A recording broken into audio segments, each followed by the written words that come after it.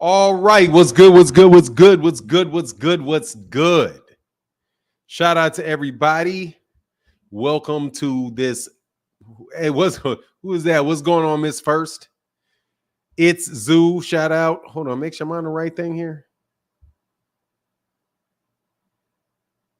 These is everybody's on X. Oh, okay. Hell no. There you go. All right. What up? What up? What up? What up? All things in the building. What's going on? Banks, the boxing fan. Joshua Roberts. Jay Henderson. What's good? All things. Antonio King. Courtney Smith. What's good? Gilbert Jimenez, my man. Barbara D. Good morning. Good morning. She says hello to all things. Jay Henderson, Banks, the boxing fan, Antonio King, and blessings to the rest of the Kings. What's going on? Flawless Mentality Elevation, hosted by Dr. Mark. Love that name. Grand Rising, my Chi-Town brother of Elevation fam and gods and beautiful goddesses of always solid international boxing family. Thank you, man. What's up, man? How you doing, Dr. Mark? Good morning, sir. We're gonna have a fun one today, man. You can go to the Bud fight for under $100 now. Price have been slashed over 50% off. Yeah, bro, because they don't know what the hell they're doing. Because they don't know what they're doing, bro. Errol, Terrence Crawford needs Errol to sell tickets, man. You need Errol. He needs Errol to sell tickets, man. It's crazy how these people think. It's crazy. Bud is flopping like Haney for the same reasons, fighting 11 seed. Kamal, your video's up, Kamal.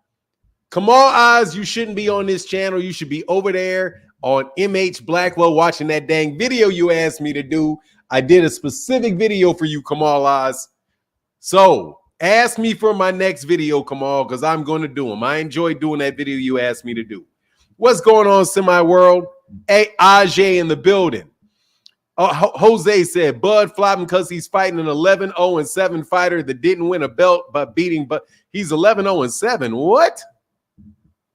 Hold on, man. You got to be kidding me. Ain't no way in the world that man got a 7 no contest, dog.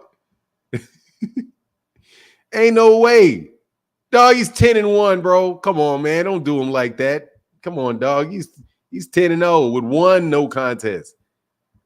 I will never get behind Bud until you all stop dogging Errol. Errol is the one who gave that opportunity to Crawford, and you Errol haters need to be reminded of it. Yeah, dog. Shit, all of them dudes. That man gave that man a good deal, dog, and he acted like a jerk after it. What's going on, Charles Ross, Stoudemire, Arena, Tony Brown, Big Block? What's up? I'm trying to get to the end to say what's up to say what's up to y'all before I get there, though. What's going on, David Tassane? He said, facts, OG, he need EJ. Yeah, he does.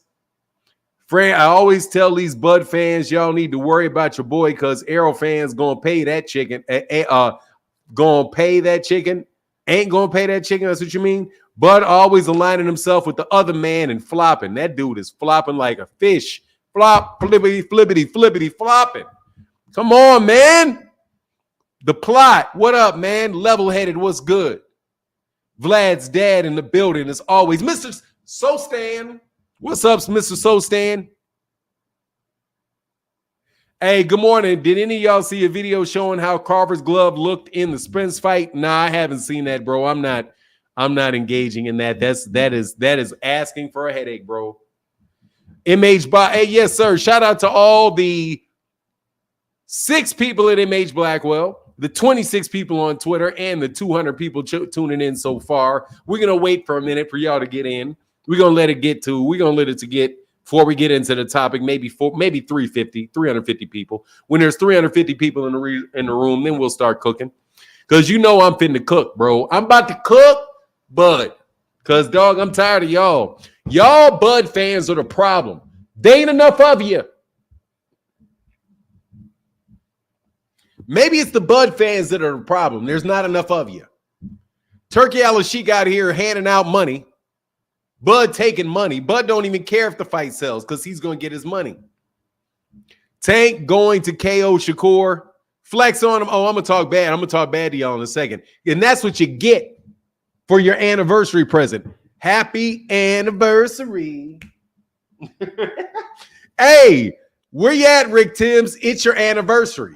Yesterday, Bud, the best, doing it right now. He may be. They broke. Errol fans, you can say what you want. He's still a good old fan. It doesn't matter, Tom Zip. That don't nobody give a shit about that. We watching your boy flop. Bro, we watching your boy flop is what we watching. We watching your boy flop. I'm going to pay for the fight like a true Bud fan. But I'm definitely going to laugh at y'all asses as he fucking flops, because y'all are not good for Bud. I'm rooting. Hey, David Disdain is just hating. I'm rooting for Mad Remov. That ass whooping cool, but all that, but and still, hell yeah, that you gotta be a hell of a high flop to be that goddamn good and still can't sell no tickets. Bud stopped supporting Shakur. That's a problem. Bud is supporting Shakur. That's the problem. Hell no. What up, Rick Timms? What's up with the flop, Rick? Rick, on the anniversary of his greatest accomplishment, he's flopping in his next fight. He flopped the fight before Errol. He flops the fight after Errol. Come on, man. You got to do a better job, bro. Man, they say November 20. Yeah, they say. I don't believe that shit, Plot Inc. Are you on? No, you're not. You're on YouTube. I don't believe that. I got a video coming up about it, but I'm going to tell y'all. I'm going to tell you ahead of time, bro. I'm breaking that shit down. Probably not. What's going on, Andy Gill? How you feeling, man? What's good with you? What's good with you? What's good with you? I'm taking links early this morning, man, because I want to talk to boxing fans, real boxing fans. They can explain to me why Bud does not have fans that are committed to him. Rick Timms, are you going out there to LA? And I don't get why they say the tickets are overpriced. How are the tickets overpriced? They're the same price as Gervonta's tickets.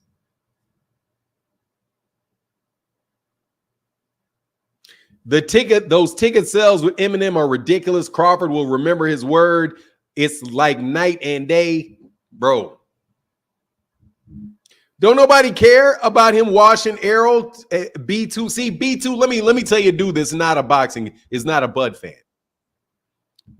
Bud fan right here. This is an Errol hater, bro.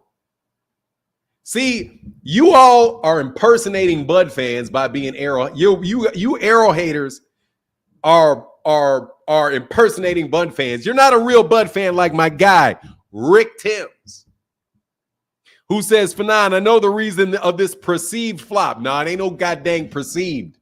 Ain't nothing perceived. It's simple because Bud is facing a guy who has a nickname of the Dream. Bro, Gervonta Davis fought Frank Martin, nicknamed the Ghost. It did perfectly well. Yeah, it did. Errol fought Ugas. Did perfectly well. Yeah, it did. Ugas ain't nobody's draw. Gervonta, sold out Texas Stadium. Fucking around. Ain't nobody trying to hear that, bro. Ain't nobody trying to hear that, bro. Nah, I'm messing with y'all. But seriously, man, Bud talks shit about me, so I get to laugh. Frederick Meadows, what's up, man? How you feeling? Say good morning, sir. And F Bud. Phoenix Assassin, what up, man? What up, man? What up, man? Yo, how's it going? How's it going?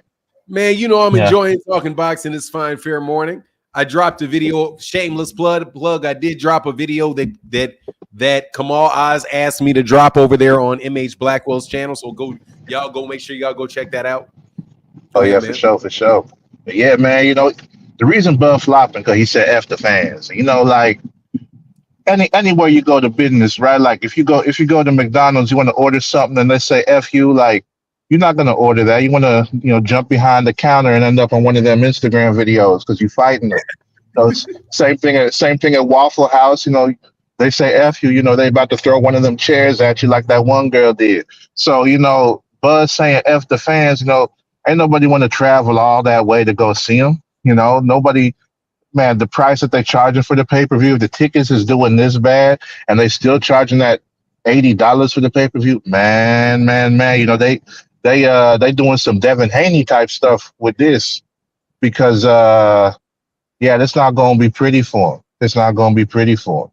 I don't see why he decided to go ahead and make all that noise about all that, like especially in that interview, because I think that if people was on the fence about wanting to buy the fight and they seen that interview, to probably turn them off to it. And that's the few people that even pay close enough attention to know who he is. Because like, man, he got all them accomplishments, but like I was saying the other day, there you can have those accomplishments, but you got to have like a personality that appeals to people and gets you out there. And any fighter that was successful is selling, from Ali to Floyd Mayweather, man. They had something that resonated with the general public, something that made people feel like, okay, this is what I got to tune in for. This is must-watch TV. And Bud don't got that. A lot of great fighters these days, and guys who are above average, they don't have that personality that appeals like that. And that's where, like I was saying, we as boxing fans, like if we really care about, getting some of these fights, then we got to go ahead and put the money up and get them pay-per-views, or, if you're able to go out there and see it live, whatever. But if you don't really feel like it's worth watching and you turned off to it, then yeah, like any other thing that you spend your money on, if it's not something that you really want, you're not going to pay for it. And that's what it comes down to. And that's why it is up to the boxers to go ahead and sell their product. They got to go out there and market themselves and say, hey, this is why you should pay for me. This is why I am worth watching. Like it's like them door-to-door salesmen. They don't just show up with like a bottle of cleaner and say, hey, buy this. Okay, what? Why am I buying this for? But yeah, you got stuff to clean, just help clean stuff, buy it. If it don't sound appealing, then, best of luck to you. Go to the next door. And that's kind of the situation some of these fighters are in, because they haven't had that appeal outside of their accomplishments. So yeah, that's what I have for that, man. I like I said, I ain't buying that Bud fight. I don't give a damn. He done Damn. said F me. He done said F me, so F him too. Damn. So he said F me, man. I'm a fire stick his ass. So let me get this right. Let me get this right. You're both broke. You're both broke. What are the two people that? What are the people that don't buy the Bud fans? You broke, number one, and don't know shit about boxing. You broke. You don't know shit about boxing. God dog, I forgot what the other big one is, man. But yeah, man, it's probably just because you're broke, bro. And why should he support you? And then no, seriously, man. The one thing that Bud said like some years ago, that where I was just like, man, what did you just say? Like, I couldn't believe he said it. He said, why would I waste my time supporting people why would I waste my time talking to people that are going to support me anyway? Do you remember that? Yep. And now he's going to see the effects of it. This is why, so you can make some money. Dog, let me tell you, I don't know what world he live in, but bro, let me tell you, Alan Sostan, I will never say that shit to you, dog. Good. Today is gonna be a good show. Any significance of the weigh-in being at 9 p.m.? Do you think Crawford requested that so that Mad Rimov will have less time to hydrate? Could be wrong, but I saw it in a video. Are you saying that it was going to be at 9 p.m. in the evening on Friday, the weigh-in? I don't know. I mean, if that's the case, yeah, that's a long time. That's a long time to hold. Is this the IBF? No, it's a WBA. It's a WBA. Yeah. But all right, hey, thank you. Unless you got some time to show. That's all I had. I'll probably hop back on later because I'm about to get on the road. But all right, yeah, if you still on later, I'll go ahead and hop back. All right, man. Get back. Peace. Thank you. All right, man. Yes, sir. Yeah, it's crazy, man.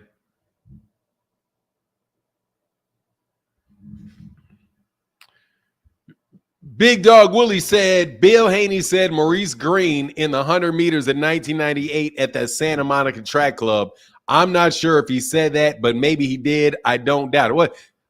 Bill Haney said he beat Maurice Green in the 100 meters in 1998 at the Santa Monica Track Club. I'm not sure if he said that, but maybe he did. I don't doubt it. I mean, you know, that I don't think he would go so far as to say that because it's not profitable. Why wouldn't fans support him for making title fights? It's just crazy to me. Haters everywhere you go. No, bro. No. Dog, why wouldn't they support him? Because he doesn't want your support, man. He doesn't want it.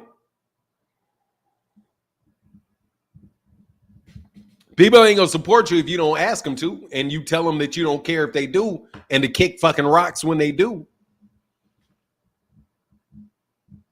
I mean, I don't know what recipe, where in the world that works. If you're an owner, if you're the owner of the Chicago Bears, you think the Chicago Bears owner is going to look at the mic and be like, we don't care if you guys come out and watch this fight. Come out and watch this game? What you booing me for? Why are you booing us? Get out. We don't need you. Get out. Hey, all you fans in the stands, get out of Soldier Field. We don't need you. We gonna get your support anyway. F you. How you think that's gonna float in Chicago for the Chicago Bears?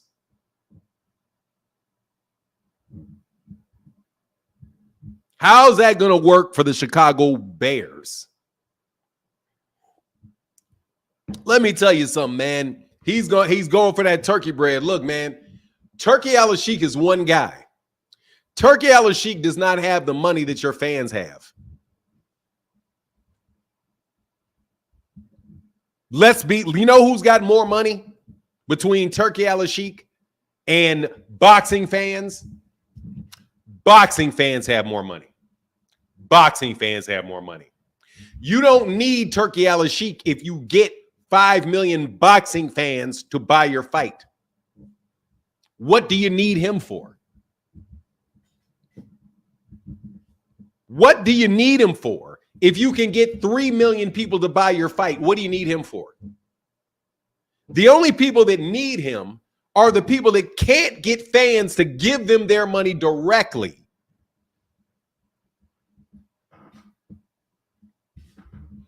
I'm a true boxing fan, but fighter better learn that casual fans will make you a global star. Let me change this. Errol Herbert. You got to learn that boxing fans are the ones that pay you. All of them, even the ones that you don't like, are the ones that actually pay you. He does not have black boxing fans. If Terrence Crawford had black boxing fans all supporting him, that shit would sell out without a doubt. You put Gervonta Davis in that same damn stadium at that same damn price with a fighter of the same caliber, those tickets are going to be gone. You have never heard Gervonta Davis disrespect the fans that support him. Whether you call them YouTubers that need to go learn something. Dude, you're talking to fans, Terrence Crawford. You're talking to fans. You just get to hear what they say and they get to hear what you say, but you're still talking to fans. You're never going to win arguing with fans. It's just never going to happen, bro. It's never going to happen. You're never going to win fighting a fan. Never. Never, ever, ever, ever, ever. Gervonta always thanks the people. Hey, man, Bud is a great fighter. He just doesn't appeal to the casuals. That's the only difference. No, it's EJ. I'm telling you, he has us. The problem with him not selling out is not the casuals. It's the hardcore fans. It's not casuals. Casuals are not the problem.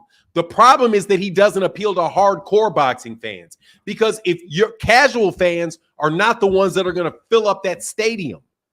Hardcore boxing fans will fill up a stadium. It's only 20,000. It's only 20,000 people, bro. I get 20,000. I can get 20,000. There's way more than 20,000 hardcore boxing fans.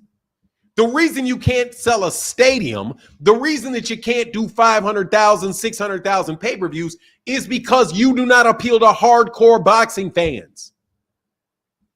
Hardcore boxing fans are the only boxing fans really watching this channel. The hardcore boxing fans are the only ones really watching Fight Hype, really watching Fight Hub, really watching this stuff that we got going on YouTube. Those are the hardcore boxing fans are the ones that are paying attention. You can sell a stadium. You can do 500, 600,000 pay-per-views just off hardcore boxing fans. Just off hardcore boxing fans. If you can't get 20,000 tickets, you can't sell 20,000 tickets at an average price of $300 a pop. Your problem is that you're not good with hardcore boxing fans, not casuals. If you get past the area of hardcore boxing fans and you get into casuals, now you're talking now you're talking 900,000 pay-per-views, 1 million pay-per-views, 2 million pay-per-views, 4 million pay-per-views. When you start bringing in casual boxing fans, that's when you're doing millions and 2 millions. But if you're doing 500,000, you're doing 600,000, brother, you are doing hardcore boxing fans, because that's about how many hardcore boxing fans there really are. 400,000, 500,000 that are going to buy fights every single solitary time. If you do not get to 400,000, 500,000, 300,000, 400,000, 500,000 pay-per-view buys, then your ass is having a problem with the hardcore boxing fans. And that's the fans you need. You need the hardcore boxing fans.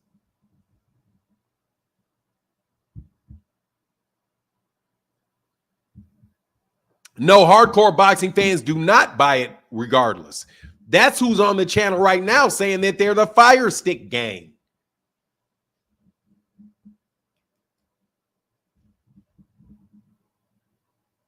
What the fuck?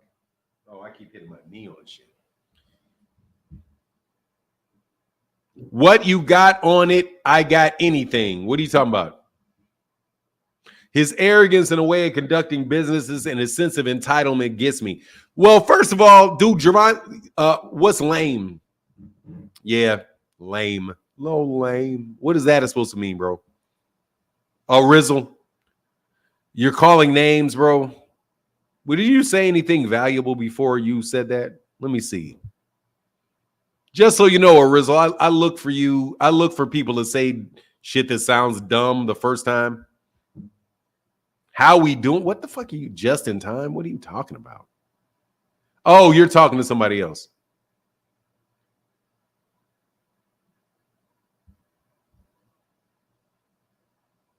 Terrell Howard said, hardcore boxing fans slept on Bud for years. No, they haven't. And he doesn't know how to appeal to them, even if he's a better than their favorite fighter, puts on a better performance than their favorite fighter. No, Terrell, dude, everybody knows who Terrence Crawford is. They're just not paying for him. Everybody know. Okay, thank you, David Sustain. Rizzle said, "Fight." No, I didn't know. I needed to check, make sure who you was talking to. I thought you were talking to me. I'm glad I slowed down, though. I'm getting better at slowing down. I'm getting better at slowing down. Is this what the FSG stand for? Fire Stick Gang? I don't know. I don't belong to Fire Stick Gang. I don't fire stick. I buy the fights. It ain't Bob's fault. That shit's Bud's fault. Floyd got away from Bob and did perfectly well.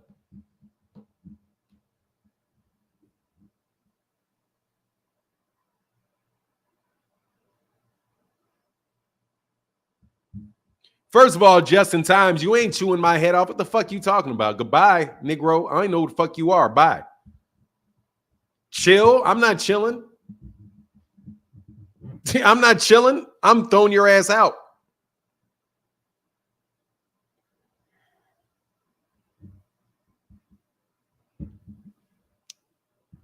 Yeah, dude, everybody knows who Bud is, bro.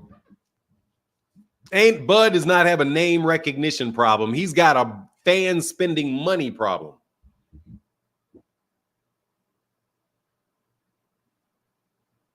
Urban Voice Media said, promoter rehab season. You should have learned what Bob said about Crawford. They're going to learn today. Nah, dog, he need to stop. Let me tell you something, man. Nah, Turkey Al-Sheikh need to start acting like he don't know the U.S. Bro, you're not from here, man. You're not from here, bro. You're not from here. You're not from here, homie. You're not from here.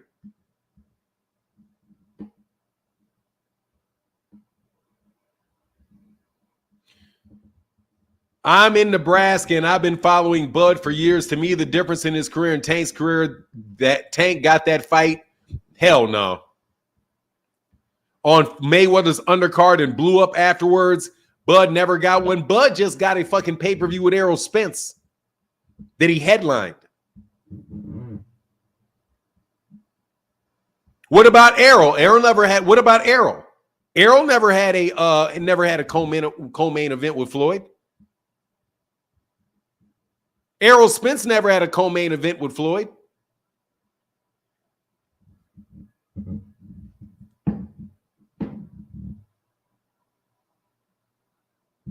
Bro, it's more than a notion to try to go to another country and set up business in another country. It really is. It's more than a notion to start a business in Illinois and then try to have a business in New York, let alone see how things are running in Saudi Arabia and then go to California. Man, Errol didn't blow up off sparring rumors. Errol Spence Jr. has a fan base, man, in Dallas, Texas.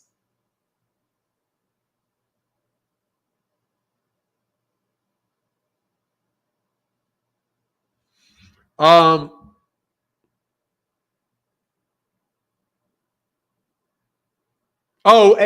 things said, Fire Stick Gang is specifically reserved for those fighters that tell us they don't care.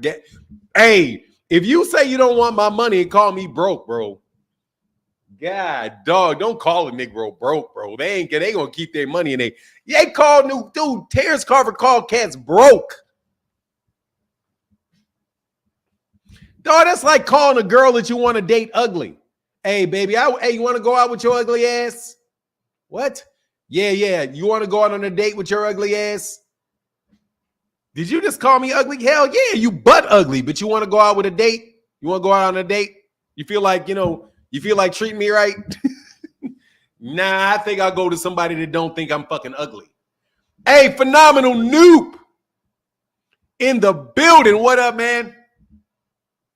Are they selling the fight, though? What are you talking about, Zulu? Hey, salute, Noob. I had a new addition to my tribe over the weekend. Beautiful, healthy baby girl. Oh, yeah. We're going to pull out the gong for you, Phenomenal Noob. Congratulations on the birth. What's your baby's name, man? First name. Oh, that's what's up, man. Congratulations, man. Big time congratulations. My baby girl stopped by yesterday, man. I was extremely happy. That my baby girl stopped by yesterday. Got to spend some time. She told me she loves me. She's back playing tennis. Man, let me tell you, my daughter is back playing tennis. I am so amped. She's back playing tennis. She's probably going to play on USTA, man. USTA, the TFS. Congratulations, brother. Oh, yeah, man. The Phenomenal Show. Hey, Boots is more marketable than Bud. Not sure about that one. He barely shows any personality outside the ring. I don't think it's all about personality outside the ring. I think he's more marketable than Bud because he's from Philly. But congratulations, Phenomenal Show. So you saying Bud needs Turkey to sell fight? No. Bud needs a new personality to sell fights. Bud need a new personality, homie. Bud need to actually want to sell fights to sell fights. You got to actually want to sell them. Said, wow, that's dope, Fernando. Wish her the best. Yeah, man. She's got her fiance. I think it's safe to say this dude is just pretty much just waiting around for him to be her fiance, I think. But they went and played tennis, and he's an athlete. So she was like, yeah, I really had a good time. He was dropping balls, dropping tennis balls for her. It was really nice, man, to have her say that. She said she really enjoyed it. She hadn't played in a year, because she graduated over a year ago. So she hadn't touched a tennis racket in a year. But after a year, she's ready to play again. And it's really, really nice because she's really, really good. AKA no ninjas in Nebraska. Yeah, I mean, that could be something. Hey, here's this link, though. Y'all want to chop it up, man. Shout out to everybody, all the 30 people over there on MH Blackwell. Hey, if you leave a comment from MH Blackwell channel, please put MH in, say MH Blackwell in if you leave a comment so I know I get to all of y'all. Because it's hard for me to distinguish between the people that are on the Fanon channel and the channel that are on the personal channel. Zulu Lion said, I was over there. Oh, you were over there? Okay, dope. Bug got 3 more fights in him before he retires anyway. We'll see whether he does or whether he doesn't. That when it comes to fighters retiring, MH Blackwell, thank you, Free. Good to know you're there. Thomas Kelly said I'm on both. Okay, that's what's up. Fanon is such a thing as PR person for a boxer. That's what Bud should seek out. A PR person, yeah, that's called, man, yeah, there's something, Avery, there's something called PR. That's what Ring Magazine is. That's what Ring Magazine is, man. And these dudes, even boxing scene, man, let's go through this boxing. I think I'm on MH, a Ninja Fish said, I think I'm on MH Blackwell because it says 28 people. Yeah, you are.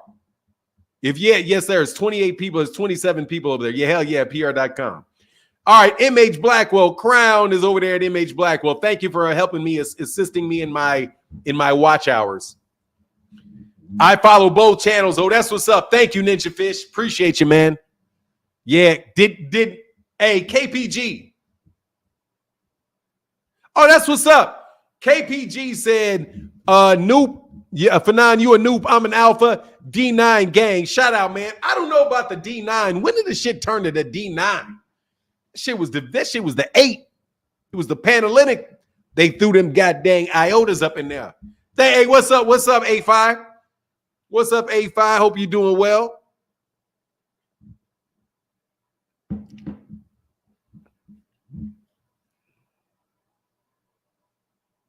Bud is the mascot for Fire Stick Gang. We have the block over his face, man. Look, I say buy the fight, man, because he's one of the best fighters in the world. He's the best fighter in the world, in my opinion.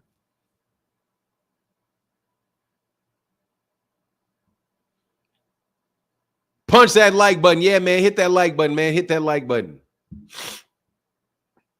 Justin Hawkins, here's this link, though.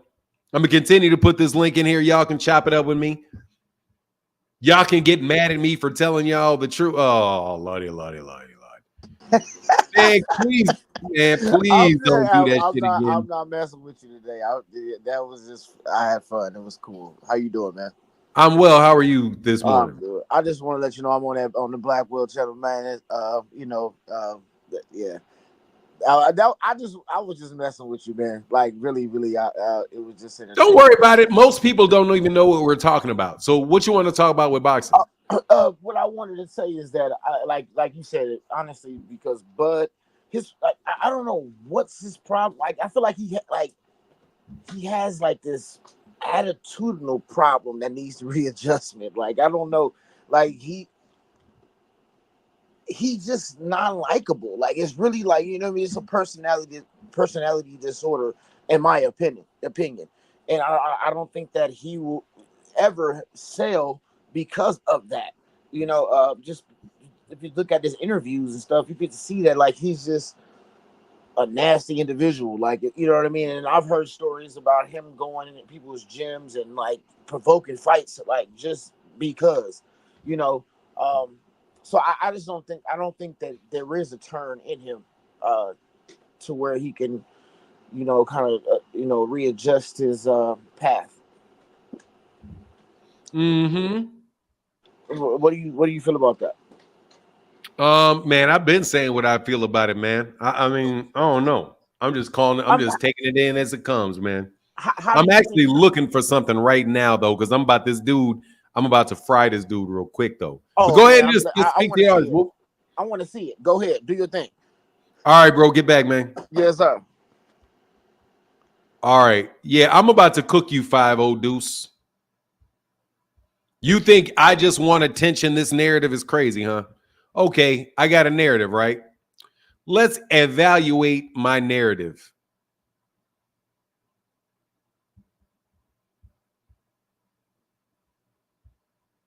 Let's evaluate whether or not I'm telling a narrative or not. Whether or not I'm just making some shit up. I'm not just making shit up, if that's what you mean by narrative. Let me prove to you, 5-0 Deuce, that this is not a narrative. This is BoxingScene.com, son, aka boy, aka above your pay grade, aka you don't know what you're talking about. U.S. debut, Al-Sheikh card could have used a few more tweaks. By Lance Pugmire. Boxing fans recognize the value of Saturday's Los Angeles card, the U.S. debut show from Saudi Arabia power broker, Turki Al-Sheikh. But for the sport to truly connect, it needs to resonate with the mainstream audience. And that thus far has been a mixed bag saddled by questionable scheduling, iffy local market knowledge, and lacking personalities. Industry experts have wondered out loud why this card arrives right as the world's sporting audience is transfixed on the Olympics. They wonder why there's a big fight in Los Angeles without a Mexican fighter in the main event.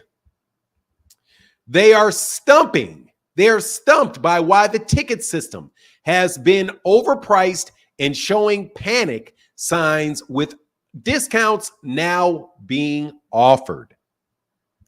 If you pay attention to ticket sales, they are not doing that hot.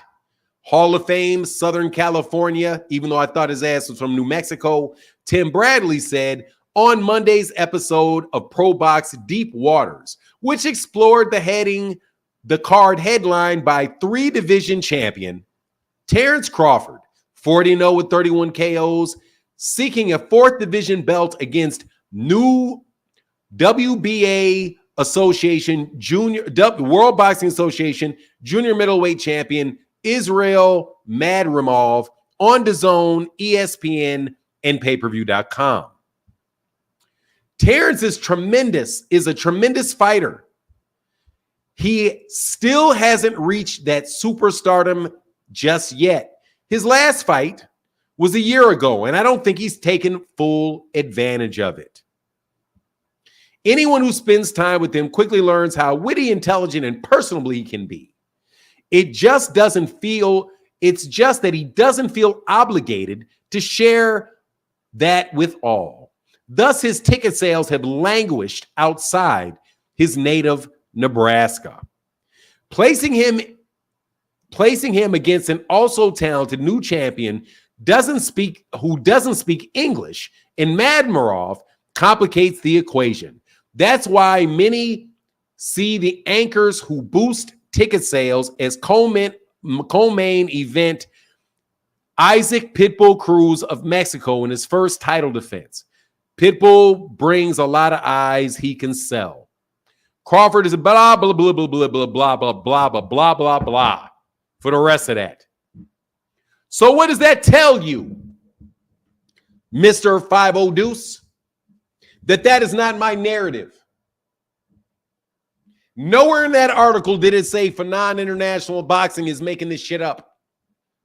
That's an article by a mainstream boxing journalist, Lance Pugmire, who is questioning industry, who are referring to industry experts, and people are saying these tickets are lagging, and they do their absolute best to protect Terrence Crawford from criticism. Because where in this article did you hear anything about Terrence Crawford all the way down in the middle? The beginning, they say, oh, Turki Al-Sheikh is messing things up. Dog, if Turki Al-Sheikh had Gervonta Davis on that card would be doing well. But later in there, they quote, and they say he's got a tremendous personality, but he just doesn't want to show that to people. Does he really have a tremendous personality? If you have a tremendous personality that really appeals to people, you don't have to try to share it with people. You're going to share it with people.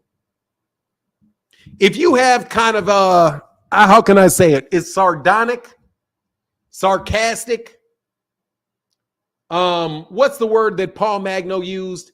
Cynical viewpoint of the world that you share on a consistent basis. People may not want to rock with you because you're so incredibly cynical. And you disrespect the people that actually want to buy the tickets. They don't say that in that article, but I'm telling you, I talk to boxing fans every day, and that's what they say. You can say I'm making it up. I'm not making it up. When I talk about Shakur Stevenson on this channel and on MH Blackwell for Non-International Boxing on Twitter, it doesn't matter. When I talk about Shakur Stevenson and there's a bunch of Gervonta Davis fans, those Gervonta Davis fans do not just agree with me and immediately change their mind because of the narrative that they think I'm spinning with Shakur. No, if they disagree, they will say, nah, fuck Shakur. I don't think a Gervonta Davis will say something about Shakur Stevenson, whether I agree with them or I do not agree with them.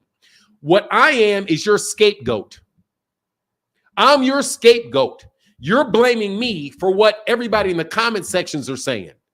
There would not be all these people listening and agreeing and giving me thumbs up if they did not already think that themselves. You want to shoot the messenger, Mr. 50 Deuce, Mr. 502.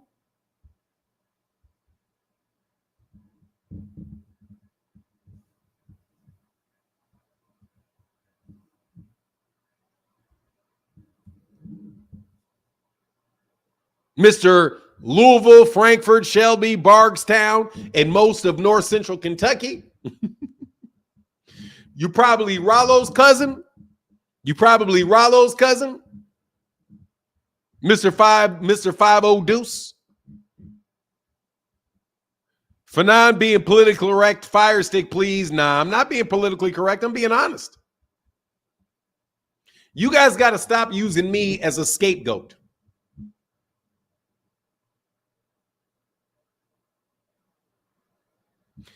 MH Blackwell, Jose Lopez said 1 fight a year for the last 5 years. Definitely no, that does not help. That does not help. Christopher Anderson, I am not, where's the biasness? Here's the link for anybody that says I'm biased. Bro, this is completely unbiased. I'm telling you the truth as people see it. Am I being biased when I'm reading other people's comments? Derek Bastion said, I still got to see him in Errol one more time. You probably will because he needs him. Jorge said, you think Crawford will become undisputed at 154? No, I do not believe he'll become undisputed at 154. I don't think so. He may be, and I could be very wrong, but if I had to bet, my answer is no. Because they got to get the fights done. And these dudes ain't bending over and spreading their booty cheeks for Terrence Crawford for that fight. Turkey Al-Sheikh is not going to be able to buy your way through the United States, bro.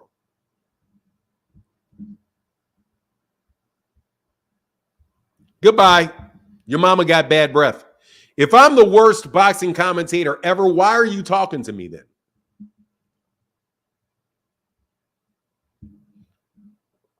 You should not be concerned with my opinion if I'm the worst. I think you like me. I think you're like a little ugly girl with a crush. That's what I think. I think you like what I say. That's why your raggedy ass keeps making up fake names and coming back talking to me. But any of y'all that think I'm hating, y'all can click this link. I bet y'all don't get too far though. Facts, why are you here if that's the truth, bro? Because it's nowhere near the truth. The bum loves me. I'm telling you, they like Booger Bear boxing fans, bro. They're the Booger Bears, bro. Going over there to shout out to Ness and the rest of the crew over there by the Boxing Boys. Take your ass to the Boxing Boys. Fuck you over here for. Dog, let me tell you, I ain't your unk. Get the fuck out of my life and click the link. Christopher Anderson, son. Fuck out of my face, son. And my favorites, I'm not even talking about my favorites. I'm telling you the truth, man. But keep blaming me. Keep blaming me. Does that make you feel better? I hope you blame me. Hey, matter of fact, while you at it, why don't you blame me? Blame me for not getting that job you apply for. Blame me for your girlfriend leaving you. Blame me for you getting for the dentist telling you got some new cavities. Keep blaming me. But dude, guess what? It's not going to change. I've been telling you for a while, bro. I've been telling y'all ever since Bud said, fuck y'all fans, that is a recipe for disaster. There is nobody that is in business that in their right mind that are saying, fuck the customers. Nobody. Nobody does that wants to be successful but Bud. Because Bud says, oh, that's the promoter's job to give me my money. All I got to do is fight. And he doesn't even want to help the promoter sell. He doesn't even want to help the promoter sell. I don't care about selling. That's up to the promoter. That's your job. Why nobody reports Boots pay-per-view? Because Boots has never been on pay-per-view. What's there to report? That's like, hey, Dinka BM1. That's like saying, why didn't people report Gervonta Davis's viewership on ESPN? Because he don't fight there. No, you're wrong. Oh, I think fans are more interested in matchups more so than individual fighters. Wrong. Completely and utterly wrong. No, they're interested in individual fighters, bro. They're interested in individual fighters, man. Individual fighters. Yeah, they are. And if you get two individual fighters that have two fan bases that are interested in them, the whole shit blows up and you make a ton of money. What's going on, Poe? Brother Poe said, why didn't we say he should have made Pitbull co-main? It's common sense. Pitbull is the draw on that card, whether people are like, no, dude, Pitbull should have been the main fucking event. Pitbull might have been the main event in that mug. That shit would have been too much ego, though. See, that shit would have been ego. Oh, no.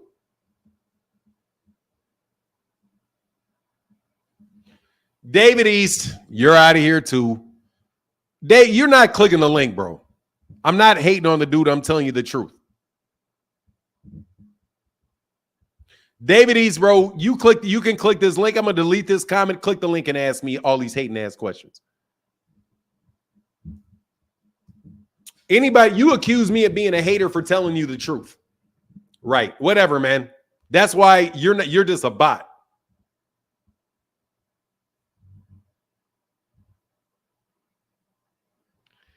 Hey, GM said, call him free turkey because all his fights getting stolen. FSG, that ain't right, bro. I don't co-sign with the stealing. I need for y'all to buy that fight. I'm buying the fight. With my broke ass. With my broke ass. With my broke ass. Dude, Bud Crawford called the dude. No joke. There are dudes that I know, there are dudes that go to all these fights, spend $10,000, over $10,000 several times a year traveling to fights. And Bud acting like they broke. Dude, Bud is acting like people with more money than him are broke. No joke. What I know somebody that don't like Bud got more money than Bud. Bud calling him broke. And he'd be like, man, what? All right. All right. All right. Hey, let me go get that fire stick. You're not getting my money.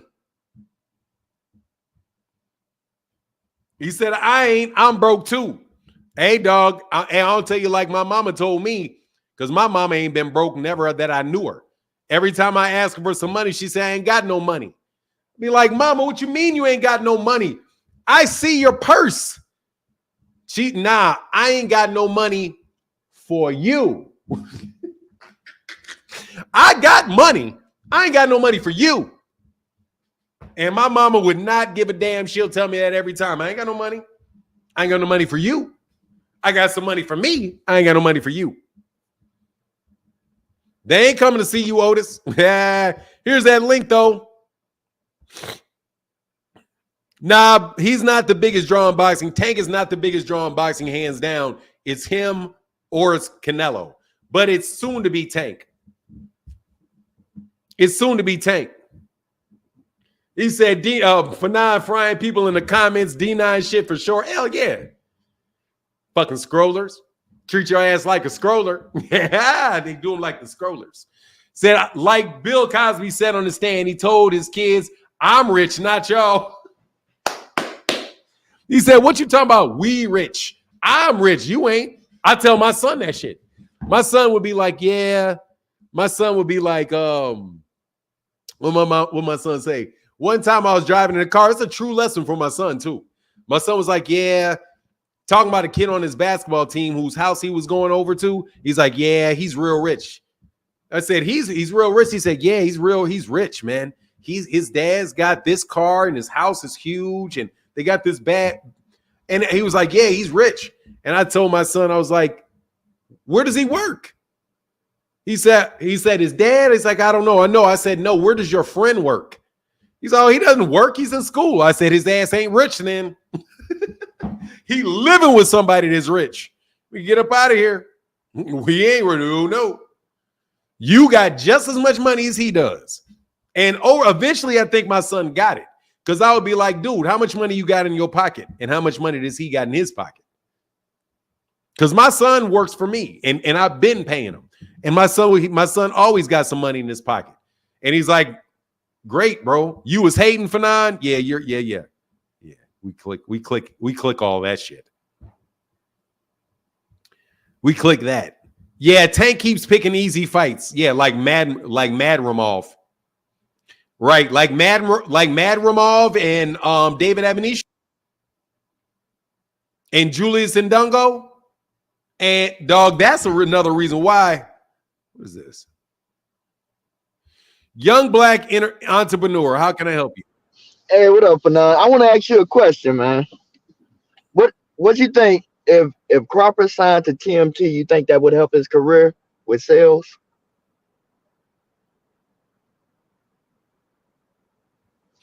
I think that if he had an organization that knew how to sell tickets, would help him. TMT. So probably because those guys. Not TMT. I would say that if he had somebody that really knew how to sell pay-per-views and how to sell tickets, his tickets would do better. Yeah. Got you. Yeah. I do agree with you in regards to Crawford with the sales and how what he said about the fans. So yeah, I just wanted to ask you that question personally. Yeah, man. Young black entrepreneur. Are you an entrepreneur? Yes, I am. What is your business? I do PLC contracting across the country. So you do what? What kind of contracting? I do coding, PLC coding across the country. Oh, okay. So what language is PLC? What does that use to code? That is Logix. Ladder logic. It's ladder logic. Yeah, it's basically if you know anything about electrical schematics, I don't. Basically that. Oh, okay. So you got to give me a little bit of an explanation because I want people to understand. Because you're a young black entrepreneur, I want to hear what you do. So I want to hear what you do. So what is it that you do? I do coding. That you can explain to me. Like I know it's coding. So you're coding, but what industry?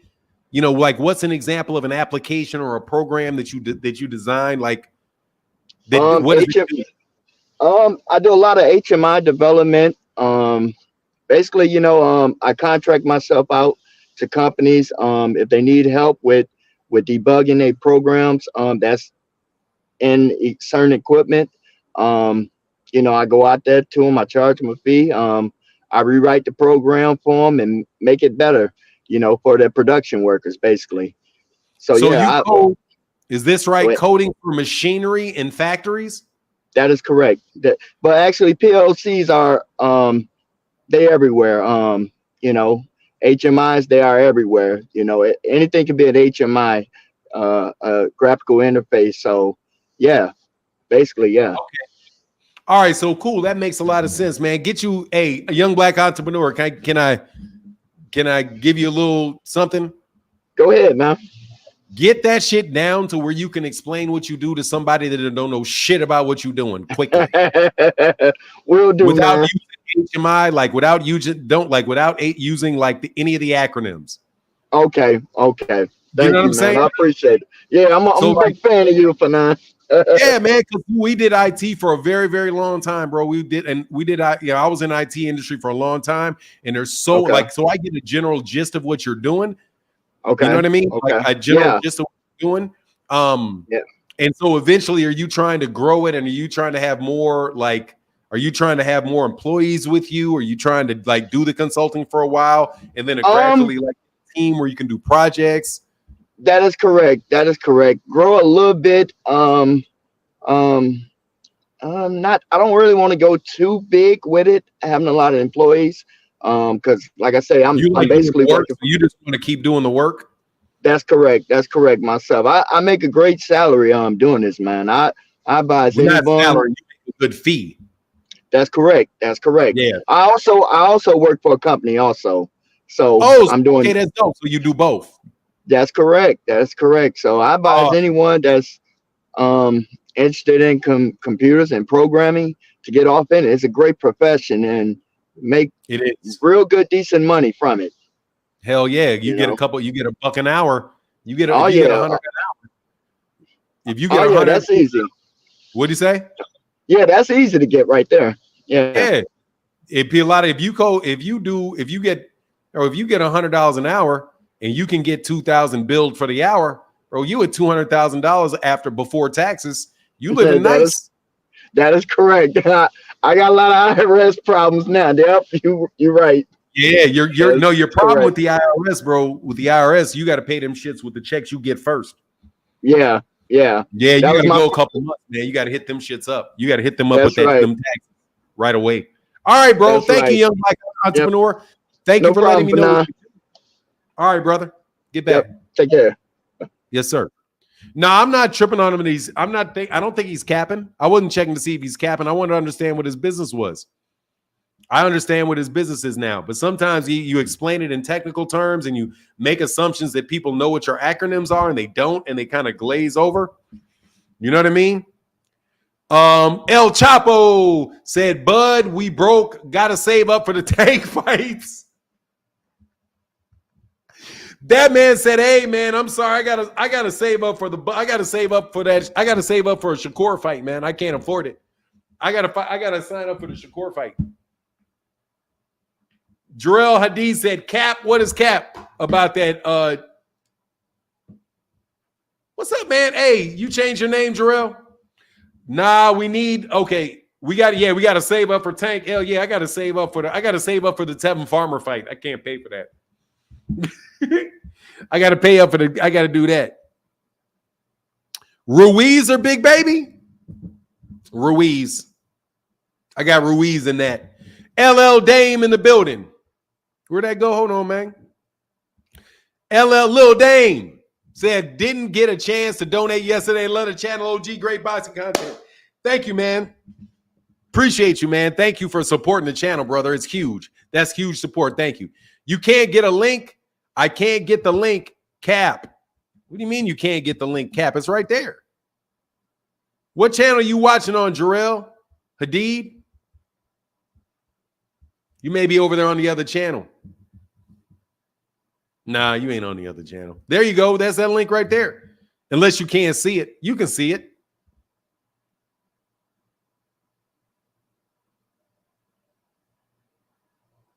Yeah, anyway. What up, 2 Cent? What up, Arena? All right, that's what's up. Who's Cap? Luis Diaz Ramos said, hey, you number one in my house. Thank you, brother. Yeah, but anyway, the big draw is your boy, man. Your boy. Pitbull. Your boy Pitbull. Wait, what's going on? What's going on, PD4? PD4? I'll say PD, man. That's a funny name. You may want to change that one. I got to get some more coffee, man. I can't wait for Phoenix the Assassin to be able to jump up on here again. Can't hit the link. It's not your fault, though. Okay, thank you, Jarrell. Over on MH Blackwell's channel, my guy, Jose Lopez said, is it true Tank and Shakur set for November 23rd? Hell, man, I don't believe that shit. I got a video coming up about that, but no, I don't believe that, man. No, I don't believe that, man. Everybody trying to be. Hey, look at Eddie Hearn trying to sell a fight, though. That shit's hilarious. What up, Gerald Jazz Hayes said, Fanon, Philly shouting you out. Shout out to Philly, man. Man, I almost had to put on some Philadelphia Eagles green. I ain't do it, though. I should have done it. I should have go ahead but I didn't do it. I couldn't. I'm in Chicago trying to make me wear some Philadelphia Eagles gear. Nah, I ain't got to do that. Even though I love my uncle, that was my dude. Man, I don't think he would come to my funeral in no. I don't think he would come to my funeral in no Cubs jersey. I mean, in no Bears jersey. I couldn't fuck with it. Peter Schultz said, "Hey, Fanon, any word on Tank and what he's got going on at the Olympics? He's there supporting the Olympics, guy. He's supporting the Olympic dudes. Hey, that dude named Dave. Can you send me an email? That dude named Dave. There's a guy I want to introduce you to that was in coding in a bank. That dude named Dave. That dude named Dave. Can you send me an email to this address?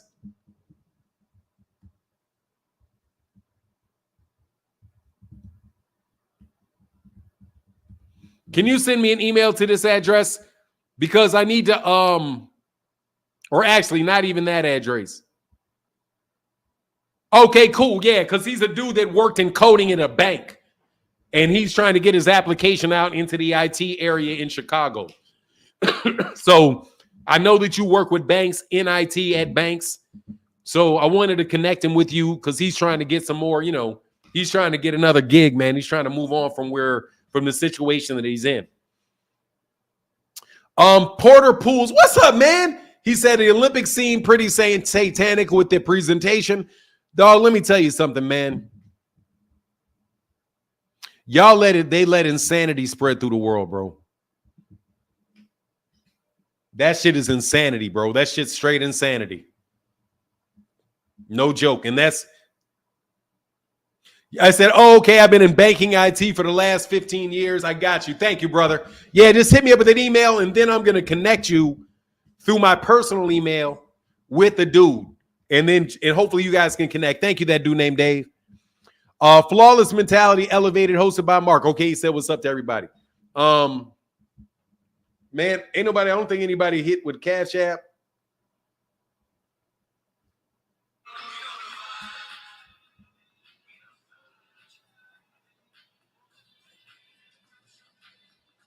No.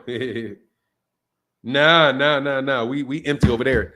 Hey, what's going on?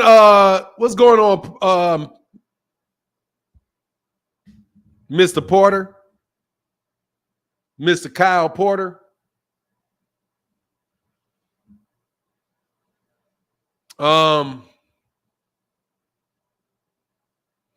Yes, sir. Daniel Gallimore said, what is insanity? I'm curious on what you think. Insanity is when your thought process is significantly altered from people's common perceptions. And it's not an issue of right or wrong, correctness or not correct. It's just that you see things and your reality is shifted from what the standard perception of reality is. That's how I say that. So let's take, for example, a simple basic proposition like, am I a man? Okay.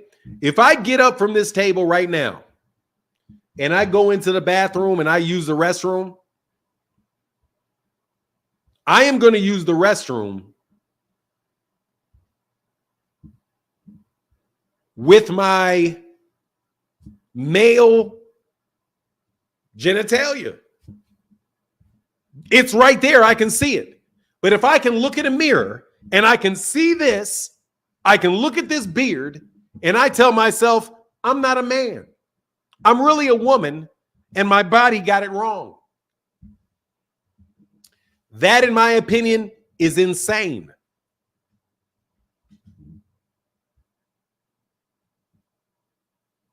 That, in my opinion, is insane. Because it's out of the reality that everybody else experiences, because because male and female is an objective truth. Okay? It is an objective truth that I can impregnate a woman. That is an objective truth. I am a male. That is an objective truth. When somebody allows you to change an objective truth and claim that there's something wrong with people that observe an objective truth because you have a different worldview or your reality is that your experiences is different than theirs, that's not the same.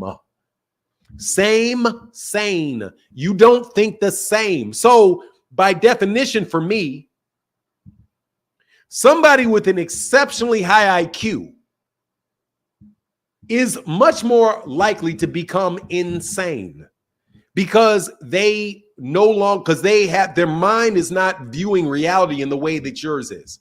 So you could, for whatever reason, some people can literally see a purple elephant walk down the street. I can't see the purple elephant. 15 other people can't see the purple elephant, but you can see the purple elephant. If you start talking to these people like, oh, there is a purple elephant there, they're going to say you're not sane because no other person can see it but you. That doesn't mean that what you see is not really there for you. It just means it's not there for everyone else. So it's essentially trying to adjust the way that people view reality. So the whole conversation about whether or not, like take for example, my pronoun. Are you a he or a she? Are you a him or a her? But okay, that is one thing. But now they have people that are literally saying, what is your pronoun? My pronoun is they. We or they, them, they or them. Now you're telling somebody that you literally are multiple people, that your pronoun is multiple people.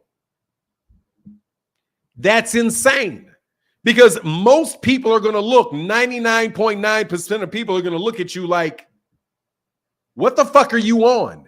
But yet we have a society or we have a interest group that is trying to push that perception that they have of the world. So basically what you have is the 15 or 20 people out of 1,000 that see that purple elephant trying to change everybody else's mind about that purple elephant. That is not me judging them good or bad. That's not me denying their reality, but their reality is not the same reality that many and most other people are living in. And it's equally unfair for somebody to try to impose that reality that they're not experiencing on somebody else as it is the other way around. The idea is insane. The idea is insane.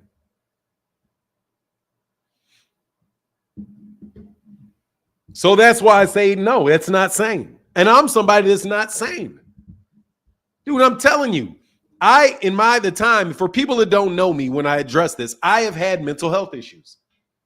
I don't hide from them. I don't deny them. I know that they're very real, but unless you've ever dealt with it, you don't understand that everything that you deal with is real. It's very real. I don't doubt that the women or the men that feel that they're women or men in their body really feel that way. However, you cannot impose that upon other people because that what is real to you is not real to them. And for you to attempt them to make them feel what you feel is real is going to cause them to doubt their reality. So you're basically telling them that they're insane because they don't see you as a woman. And or they don't see somebody that they see as a woman with breasts and a vagina, as they don't see that they're a man. So it's nothing wrong with me, the woman that has a penis and the woman that has a beard. There's nothing wrong with me. There's something wrong with you and the fact that you do not see this reality in me. That is where I'm saying, dog, like you put that shit up. That's people trying to get you used to it. That's people trying to over time affect your reality, your perception of reality. And they will do all kind of things with that shit. That's why you see grown ass men saying it's okay to do certain things that are related to, you know. So yeah, that's mine. To explain it sounds weird. Preach, no, I'm just telling you, man. And like, if you experience it, you know, like, you'll know how real. First of all, most everything that we see. Anyway, I'm not going to continue to go into that. You get my point, though. I think you get my point. Phoenix the Assassin, what's going on with you, brother? Yo, what's good? You hear me all right? Yeah, I hear you perfectly fine, bro. Just making sure. I know this area I'm at right now kind of crazy. But yeah, man, I'm feeling some type of way about some of these boxes, man. All right, I'll be right back. I'm listening to you. Yeah, like apart from people feeling like the level of opposition is embarrassing, you know, like Canelo and Berlanga. I mean, I know to a certain extent there's times where we as boxing fans, like because we don't know a fighter's name, you know, we just assume that they're a nobody. And I know like one recent example of that was like on that Clarissa Shields undercard, they had that, what was his last name? I think it was Ergashev or whoever. And he ended up losing to Smith. And I know that Ergashev, like they was like from the commentary kind of big on him a little bit. And, you know, they mentioned his fight with Matias as being like, you know, one of his only losses. And they said like he's one of the best solid punchers at 140. Like you could kind of tell that he was the guy that was expected to win. But then, you know, he got knocked down in I think it was round 2. They didn't call it a knockdown for whatever reason. He got knocked down again later. And ultimately he ended up losing, you know, split decision. And I know like with the IBF situation with Canelo, you know, that's one thing where they stripped him because that Skull guy is ranked number 1 and Berlanga is ranked number 4. And Skull was supposed to be the mandatory, but you know, Canelo ain't take that fight, so they stripped him. You know, like it's one thing to, you know, completely, you know, basically just shit on the fight, but it's another thing where like, you know, we gotta reach a certain point where we stop equating how popular a fighter is with how good they are. You know, there's some fighters that are popular and do happen to be great, but at the same time, you know, just because you're one doesn't mean you're the other. You know, and like I was saying earlier, Terrence Crawford, great example. He's a great fighter, but he's not popular. You got Gervonta Davis, great fighter and is popular. And then, you know, you got guys like, you know, Devin Haney, not great and not popular. You know, there's some people that fit each and every mold of that. So when you're looking at fights, you know, there are certain things that I feel we got to pay attention to. You know, like I like that guy you had on yesterday. That I forget his name, but you know, you had a really great discussion with him. I know he has like his own channel, but I don't remember his name. But he was talking about like ring IQ and everything, and you know, I think that was a great discussion because like he was saying, you know, it's more than just jabbing and moving around and looking like a pure boxer. You know, I know that a lot of people will look at that and say, oh, this guy's ring IQ is high. You know, this guy's a great boxer. He's world class. You know, he's doing things nobody else can do. But there's a lot of intricacies that go into that. So I guess like for us, looking at fights going forward, paying attention to certain things like, okay, let's say this guy is a great fighter, but like look at who he's fighting and is he struggling? Does it seem like it's a good outing for him? I look at Shakur's last outing with Haratunian, right? That's a guy where obviously Shakur got way more skill. Obviously Shakur is leagues above him, but at the same time couldn't really go out there, turn it into overdrive and get the dude out. And at the same time, it was the same situation with Clarissa Shields in her fight this last weekend. There's not really that many people at heavyweight for the women's division, and women's boxing in general. Like there's less of them than there are men, so there's less skill to choose from. And so like her moving up in weight, like we've seen that. It was an opponent that was clearly outmatched, and she got that girl out of there in round 2.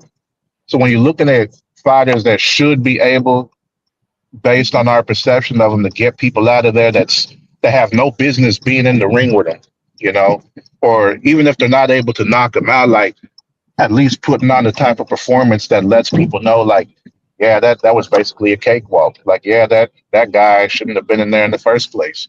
When it comes to that, I feel that there should be something that a fighter does in the ring that allows us to be able to say definitively, like, yeah, that was a fight that was a complete total mismatch. When it's something as obvious as that, when you get to a point and you see that fight happen where it looked like it was obvious that the guy shouldn't be there, but then it's like, okay, well, what the hell's going on with this? How come this dude ain't, getting out of there? How come he looked like he's still in the fight and looked like he still got a chance?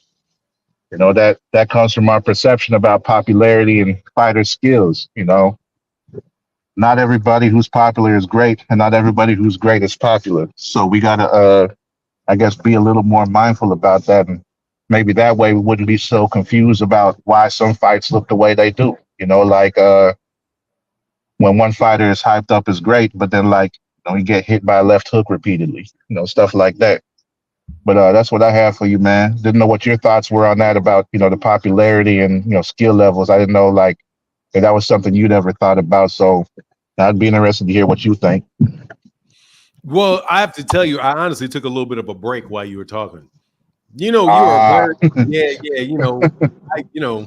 I'm an old man, bro, and I be drinking a lot of water and coffee. So I feel you. I had to dip. Next time I'll make sure I hear that and do that, bro. I can't lie, bro. You are like a great support system for me, man, in these long live streams.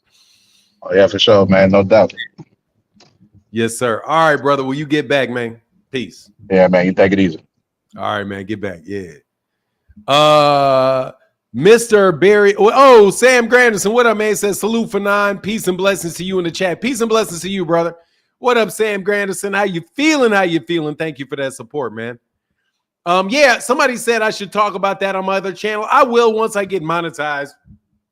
Once I get a little safer, once I get a little further down the line, bro, I'll talk about those type of things, man. But because I do want to do some mental health awareness and all of that, so people understand like kind of what it really is. Because like if you haven't experienced it, you really don't know. And that's why I think like a lot of problems with doctors with those situations is they don't really know what it is because they've never experienced it. You know what I mean? Like if you've had a cold, you know what a cold feels like. Most people know what a cold feels like. Not a lot of people know what it's like what it feels like to be outside of other people's realities. So like the people that are doing it don't know it. And if people start telling you, hey man, yeah, what you're saying is true or true to me, and yeah, you'll never know that you're off. Dude, if you're looking in the mirror and you see a man, but you think you're a female, bro, that's something, dude. That's off. That's off. And then of course you're gonna have problems. And then what do? They start to try to give kids like puberty blockers and all of that stuff so that their body will change No, bro, you got to get your mind right. You can't change your bane. Love the way you explain insanity, Robert. Ronald E. McKnight, CPC. Yeah, that's what it is. I've experienced it, dude. It's very real. You got to understand. It's real. Like when you fuck with somebody who's not in their right mind, you have to understand what their experience is not fake. That shit is real. To them, that shit is real. It's not like, oh, you're going to, no. That shit's real. If you spend your time trying to argue with people in that situation about reality, bro, you're going to excite them. Shit's going to get all off because you have to understand that that is the reality that they're living in at that time. You're just on a different dimension than them at the time. And they got to get their body right. There's no super chat, huh? No, not over there, Glizzer Glock. You're over there, Gizzard Glock. No super chat over there on MH Blackwell. You got to either Cash App. You either got a Cash App here on. You got a Cash App here if you're over there on MH Blackwell channel. Otherwise, you got to come over to Phenom International Boxing. IFL TV is reporting that Tank and Shakur deal is done for September 3rd in Vegas. Hold on. How would IFL TV know that? How would IFL TV know that?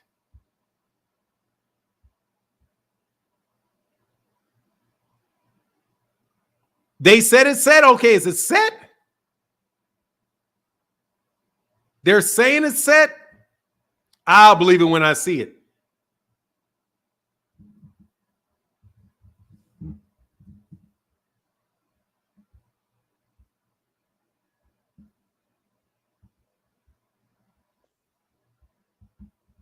I hope so, but I'll believe it when I see it, bro.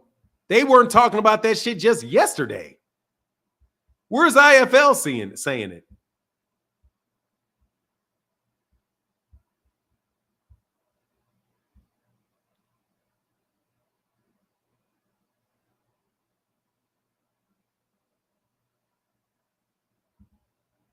I'll wait for, I mean,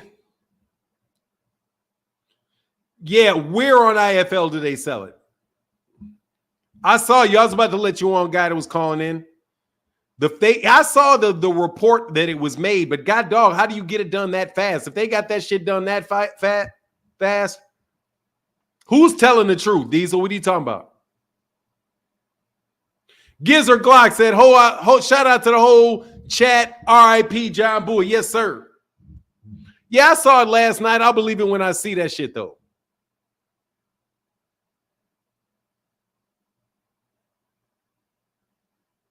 They literally, you got Coach Calvin and those guys saying that they haven't even said, dude, anyway, we'll see. Hopefully that's true. Give me 1 second. I'm going to go ahead and post my video now, though.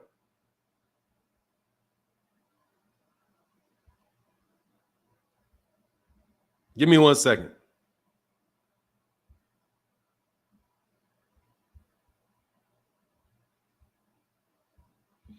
How would a UK channel get that shit?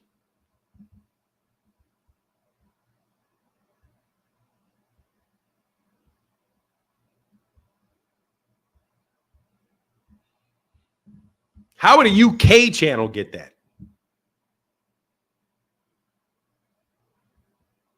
How would my thing is, how would a channel in the UK get it?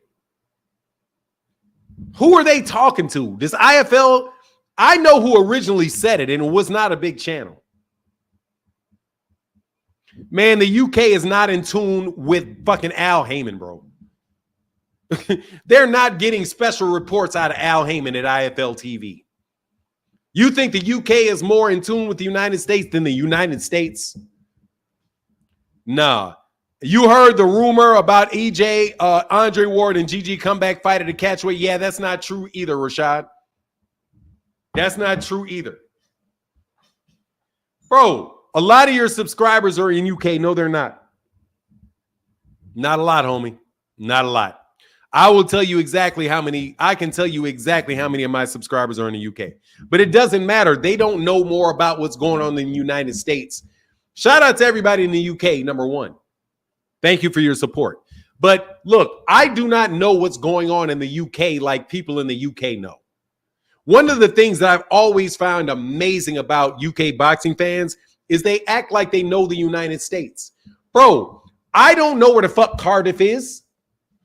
I do not know where Cardiff is versus where's the O2 Arena. I don't know where that is. I don't know the landscape of the UK. Bro, you do not know the landscape of the United States like we do. Ali Oladipo, I don't know if he still does his YouTube channel, but he's on DAZN and he does a lot of the hosting for DAZN. Dude, at a point in time, he said on a channel that out of the UK, though, that the fight with Mikey Garcia and Errol Spence Jr. is not that big in the United States. And I was like, man, Ali Oladipo, bro, you don't know the United States. Please don't act like you don't know the United States. That is a big ass fight. So how in the world are there going to be people that talk to Gervonta Davis every day that have no clue, that had no idea yesterday that a contract had even been sent to Shakur, but 2 days later they got a fight date set. They've already got a stadium set aside for November 23rd. Dude, over on Zebbrook Media did an interview with Calvin Ford the day before yesterday.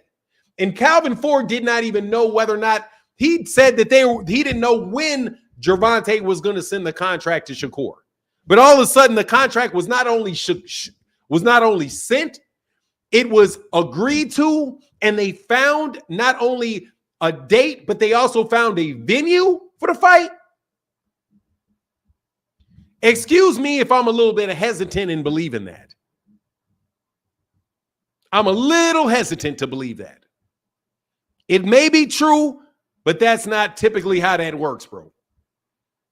That's not typically like how it works. There's going to be a negotiation that takes place. It's not going to get done in 2 days. I don't know if IFL puts everything out. IFL was really good with UK stuff. That may be Tank. No, it's not going to be Tank's easiest fight. He ain't going to take no punishment in that fight, but it ain't going to be easy. Is Ryan fighting Manny in Japan? No. A crumpet in the U.S. is known as an English muffin.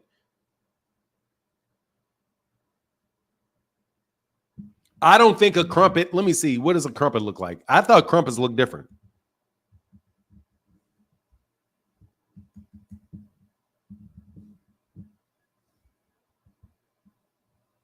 Oh, that is a crumpet. Wow. I love crumpets. I didn't know that was a crumpet. An English muffin was a crumpet. That's what they talking about when they talking about crumpets. Their crumpet looks way better than our English muffin. Shit, that crumpet looks fire. Their crumpets. Oh, okay, that's dope. I didn't know that. Yeah, you learn something new every day. Yeah, you learn something every day. Their crumpets look way better. You from, hey, that's, hey, no dirt, no job. Hey, Divine ENT. It's all good, bro. Hey, real quick. Hey, thank you so much to my guy, Mr. Dupree, said just to jump, to get it jumping. Bud's number one. Yeah, Bud is the number one pound for pound. Divine ENT said, I agree with you, though. Hey, thank you, brother. Hey, dude, I rock with the UK. No joke, I do. But, you know, I don't know shit about the UK, and I never act like I do. I can't tell you what's really popping over there. For now, do you know if Boots and Conor been fighting in November? I don't think they are. I haven't heard it, but I don't know. If Andre Ward do come back for a 2-fight deal, who do you think he should fight? Gennady Golovkin and Canelo. I like that. I like Gennady Golovkin and Canelo if he could get it. Please go to MH Blackwell and give me a like. I need it over there. I need it. I need your strength.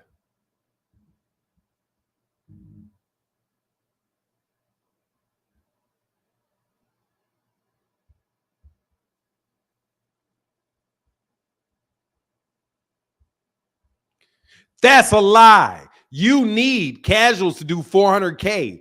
Of that, the case, you're saying no casual supported Tank and Frank. First of all, dumbass. I didn't say no casual supported him because he did, but I'm saying 400,000 people are primarily hardcore boxing fans. 400,000 pay-per-view sales are primarily hardcore boxing fans. And no, I do not believe there's a tremendous amount of casual boxing fans. Casual that are going to pay $70 for Tank to fight Frank Martin. I do not believe that. Casual boxing fans come around with really, really big events with a lot of, and that's not what one of them was. There were a lot of casual fans that checked in with Gervonta Davis and Ryan Garcia at 1.2. Oh, thank you, man. Akaflex in the building. Thank you, Akaflex. That's what I thought. And James said, thank you, James. With the $5 holler. Thank you so much. Do you think Shakur is going to ask for higher pay than Frank? Absolutely. Absolutely. Please, guys, go sub to MH Blackwell Support. Yes, sir. Please put the link into the chat so they know to go over there. But we on the live over there, too. So when you subscribe, you can join. We got 30 people over there. Shout out. We got 573 over here. We got 77 people over there on X. But yeah, Rose Jr., yeah, I think he is. I think he's going to get offered more money. Not just ask. He's going to get offered more money.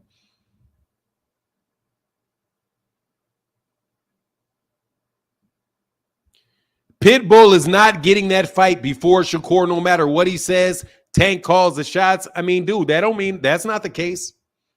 Tank may fight, man. Tank, I don't think Tank wants to fight him again, though. So thank you very much, Gizzard Glock. Appreciate you, brother. Yeah, it may be true. I doubt a contract. I don't see how it could have happened that fast. Zion Perry. Everybody reporting November 23rd for Tank and Shakur is at cap. It's probably cap. Highest likelihood is Capadonna. Big Noopy. What? Man, I already got demonetized. See, y'all got my shit demonetized right away. Talking about that shit. Usually it takes a couple hours, bro, for they to demonetize my live stream. But y'all had me talk about that insanity thing, and it got me right away. They got me. Ooh, yuck. Unless, yep. And that's correct. Awesome. I think that shit is Capadonna. Personally. Yeah, that didn't come out of nowhere. Tank haven't said anything yet, dude. Nah, there's a lot of people trying to make money off Tank and Shakur fight right now. It's the most profitable line in boxing right now. On YouTube, it's the most profitable thing popping right now. So people are gonna, hey man, gotta do it.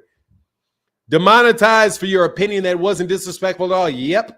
Advertisers don't want to pay for that, man. So thank you for y'all supporting the super chats and the cash apps, because that's the only way I can talk about those things. But over there on MH Blackwell, I'm not demonetized. So, I mean, it won't demonetize me over there because I'm not monetized at all.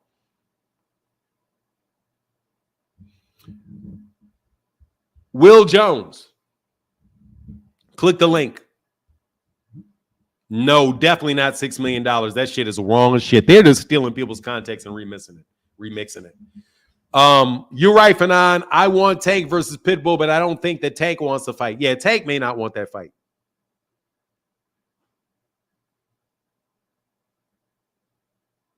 Is it possible that the Ford interview is old? No, it was 2 days ago. No, it's not possible. It was literally 2 days ago. It was 2 days ago.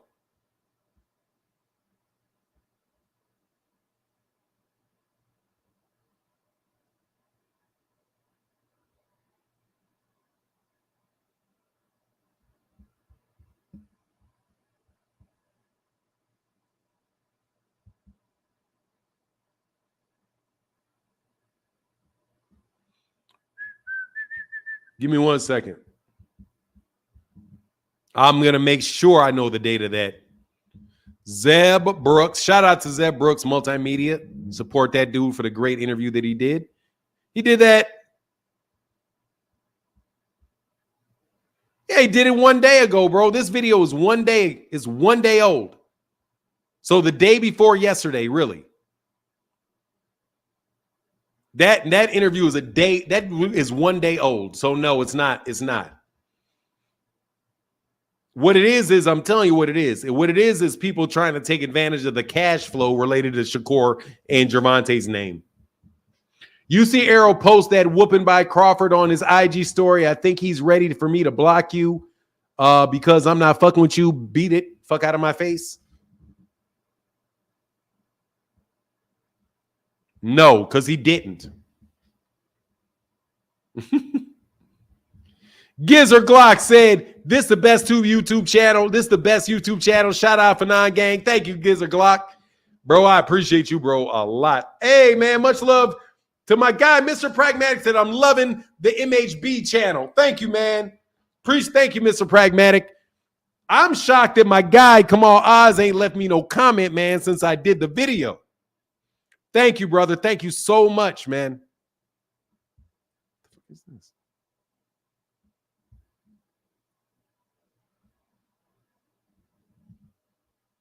It's taking a minute for me to say thank you on that.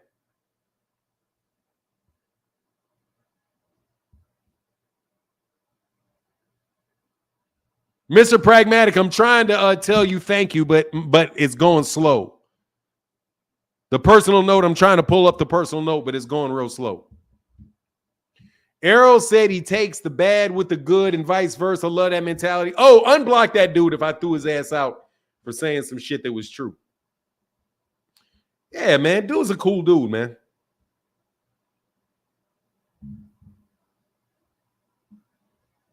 Let me go look up Errol, man. I threw his ass out. Sorry for throwing your ass out for that.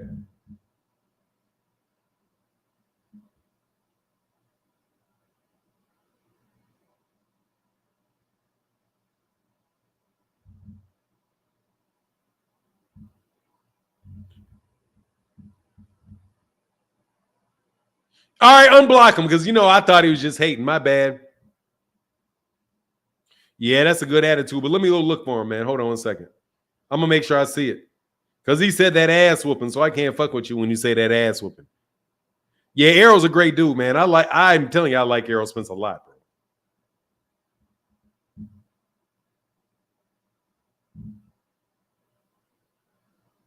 I like that. Yeah. He said, I'll forever take the good with the bad and vice versa. Yeah, that's beautiful, man.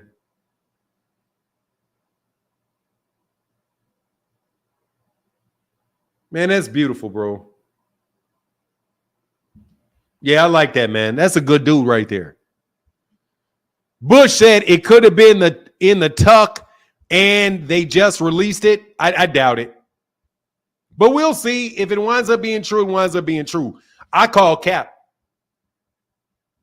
I'm telling you flat out, I call cap on that. I call Kizap. I call, that's why. Yes. That's really good for that. Hold on a second.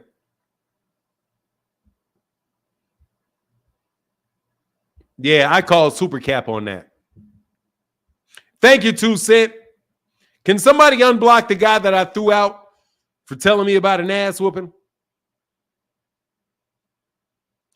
Rashad said, hey, seen the car accident got Errol, since Errol got weaker and slower. If Crawford fight happened before, I believe it will be a 12-round fight. Now Errol is the D Rose of boxing. Shit, D Rose balled all the way. D Rose still can ball, bro. This is amazing, bro. YouTube just gave me a bunch of channels with women that look the same way. What was this?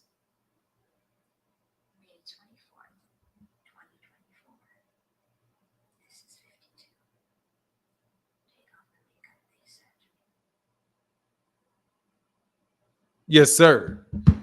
Ball capping. I want my damn wrench back. Oh, my bad.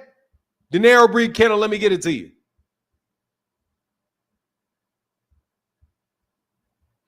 I got you, De Niro breed kennel.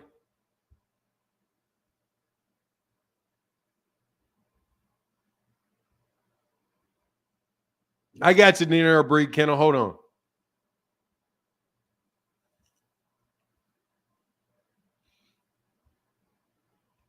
All right, there you go.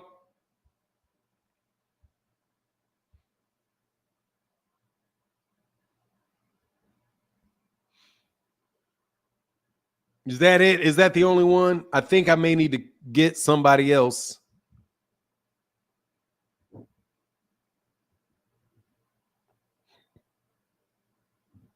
Okay, cool. I think that's it.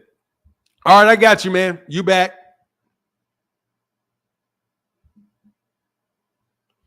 If Tank versus Shakur does happen, what's the outcome I see? I mean, I got Gervonta winning the fight, but I am not gonna lie to you, bro. That shit could go all kind of different ways.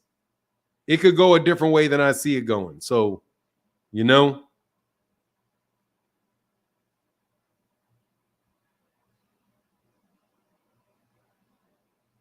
Be thankful for the things that didn't.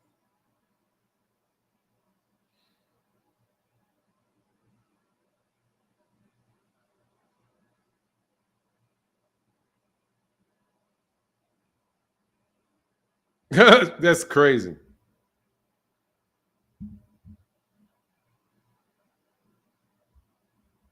No struggle. Tank can box for real, Kerr. No, I'm just telling you, man. I don't know which way that fight goes, man. I think it could go either way, but I lean towards Gervonta. But I'm not sleeping on Shakur, man. Thank you, Raj. Thank Rashad J4. Thank you, brother. I appreciate you, man. Yeah, I'm not sleeping on that dude, man. That's not happening. Shakur is going to have to sit down on his punches, which means he'll be leaving himself open for shots. Yes, it's going to be, he's got a lot of risk in that one, man. I don't think he's ever fought a fighter that good.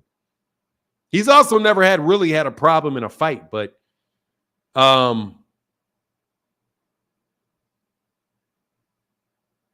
Drummer 335 said, what do I think of Catterall? I think he's a good fighter. I think Jack Catterall is a good fighter. Drummer 3354. Think he's a good fighter. Tough fight for people. I think Josh Taylor beat him the second time, but I think he's a good fighter, man. And so we'll get to see him against who's Catterall supposed to fight next?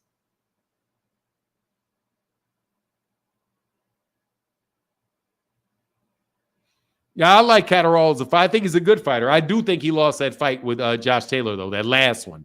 The first fight, I think maybe he won. Close fight.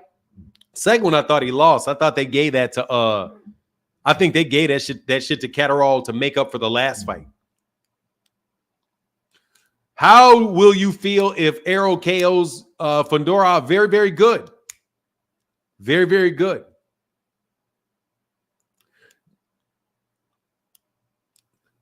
Did y'all peep what Coach Kenny said? Having more water weight in you will helps you absorb punches better. I did hear that. I don't recall what the point of it was, though.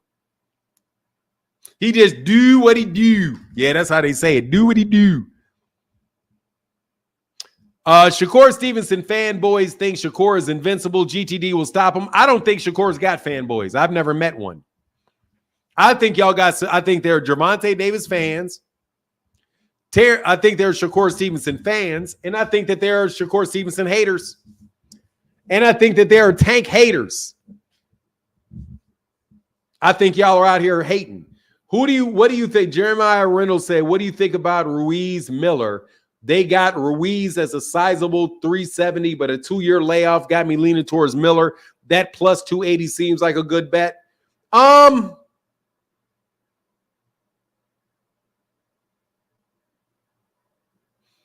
I'll see it. I got Andy Ruiz. I think Andy Ruiz is a better fighter.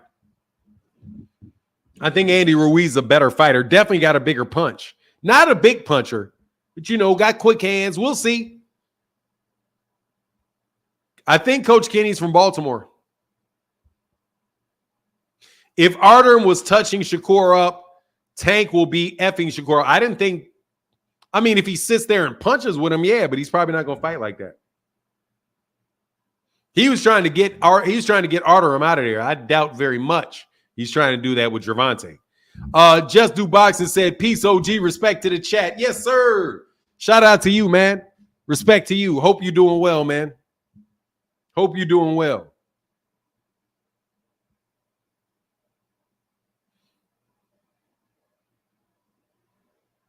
Oh, dope.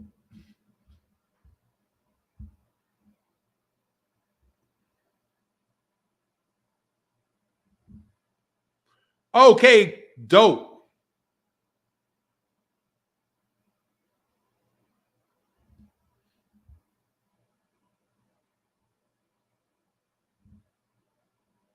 Give me 1 second, y'all.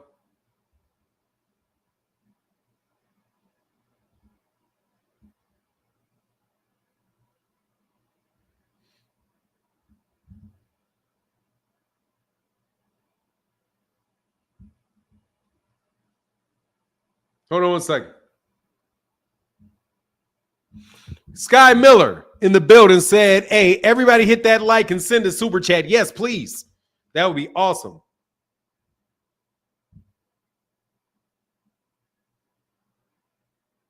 You must have forgot Miller just got stopped. Yeah, I mean, who did? Yeah, he did get beat up by Daniel Dubois, though. So he may offset that. Yeah, please offset that demonetization. Nah, we're cool. We're good. But I think I do appreciate you.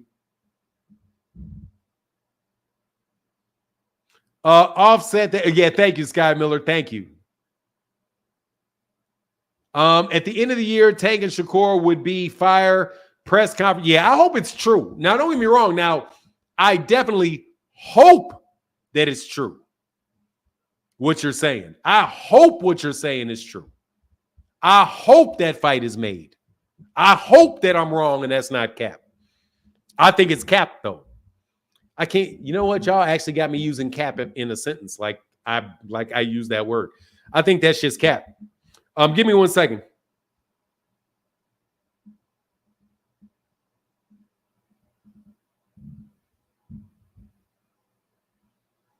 Give me 1 second.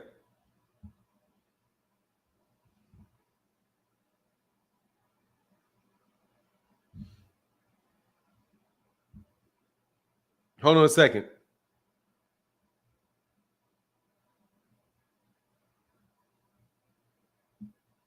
Give me 1 second. I'm sorry. Please be patient. Y'all can click this link, though. Where you at, King? Where you at, King? I know you're listening. You can click the link. Click that link over there on MH Blackwell, man. Cap for 2 reasons. Tank is in Paris and ain't going to try to interrupt his time with the Olympic team or make decisions without him. Exactly. Creo said, how many tickets are available for the Bud fight? Let's go. Let's go. I'll go look.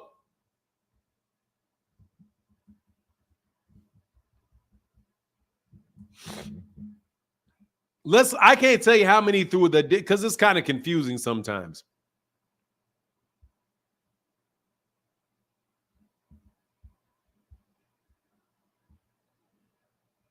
Oh, it's starting to go a little better.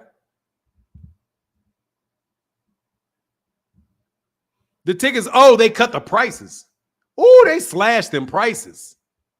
Oh, they cut them prices in half, dog. They cut the shit out them prices. Ooh, way better price now. Hey, here go mine for the offset. Thank you, Brock Howard. Thank you, bro.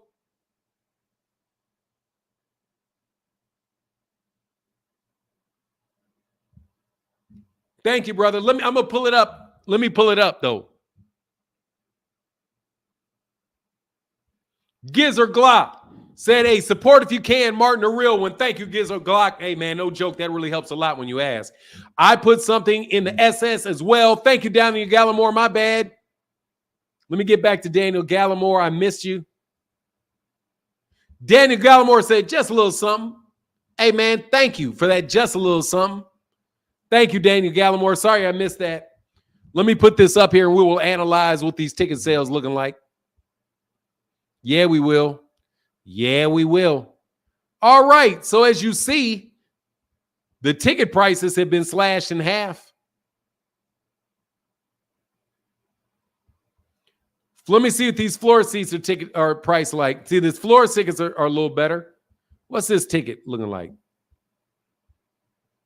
Ooh, floor. Oh, look at how they slashed the prices.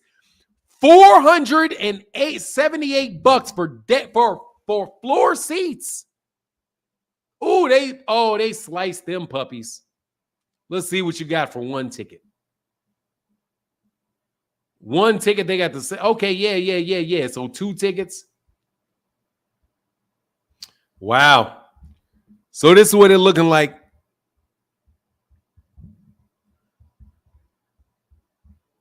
Yeah, they did a good job of getting rid of some of them tickets because they slashed them prices in half. This ticket was like $1,000, homie. This was $1,000, homie. See how much this ticket is. That's $1,000. Okay, so that's $1,000. That's $1,700. Watch. That's $1,700. This fight's $1,700. Or actually, maybe that's both. You're $1,200, right? That's $1,200. How much is this? $1,400. 17. Oh, so those tickets are still higher.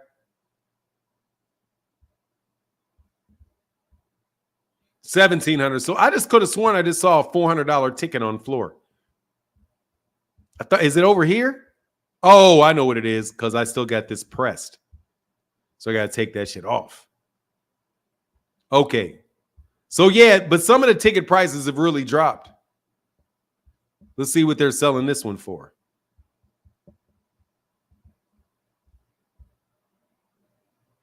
Two tickets for 7. Yeah, but the prices, the tickets are going better, but are a little bit more, but there's still a lot left. But they got rid of a lot because they cut them prices in half. Those tickets before were like $400 for floor seats. Sky Miller said, "Hey, come on, y'all. Even $1, Martin. Don't worry about it, brother. If $1, don't worry about it, brother. Don't worry about it. Thank you so much, Sky Miller. It's all good. We good. I appreciate your support hugely, though." He said, damn, never mind. You have I have multiple tickets. Hey, thank you, Richard Paris. I'm not going to fuck over Richard Paris in this. Richard Paris hit that PayPal. So let me go ahead and say thank you to my guy, Richard Paris, over on PayPal for supporting the channel. Always been a big supporter, and he supported kind of heavy on this one, brother. I do believe that's a $40 holler. Going halvesies on that pay-per-view this weekend. Thank you, Richard Paris, with the big $40 holler. With the big $40 holla. Thank you, brother. Look at these prices, and people claim that they Bud fans. I mean, they not. Look, y'all ain't going to the fight. Y'all going to buy the fight, though. Buy the fight. Buy the fight. What did I say I was going to do? Oh, I'm sorry. Hold on one second.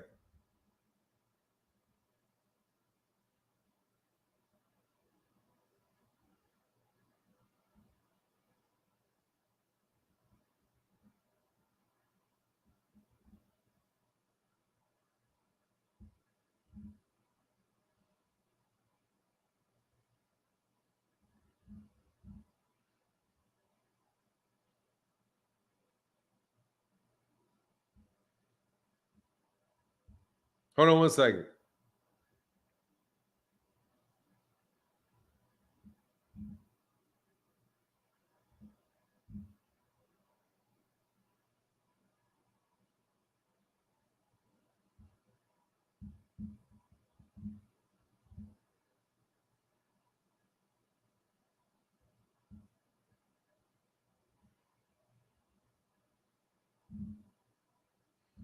Hold on one second. Hold on. Give me 1 second.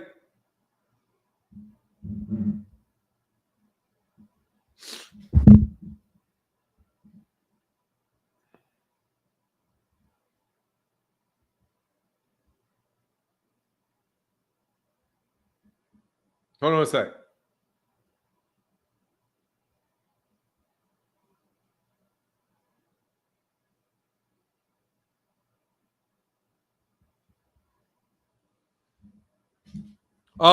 If you don't love comeback, what's wrong with you? Yeah, I agree with that. All right, here's this link. Copper Aborigine said Shakur is not a boxer, is a boxer, not a puncher. Tank is a puncher that can box. Big difference between the two. Yeah, it's going to be tough to outbox Gervonta too. They said Tank doesn't fight black athletic top fighters, and look what he did to Shakur. Yeah, that's what they used to say. They'll come up with another excuse tomorrow, though.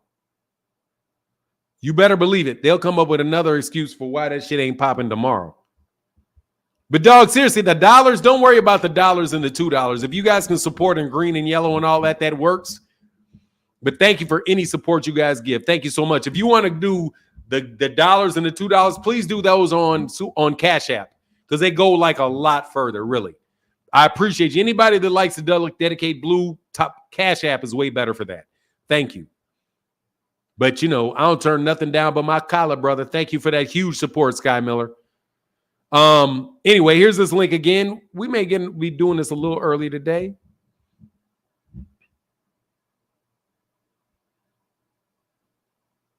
What is this?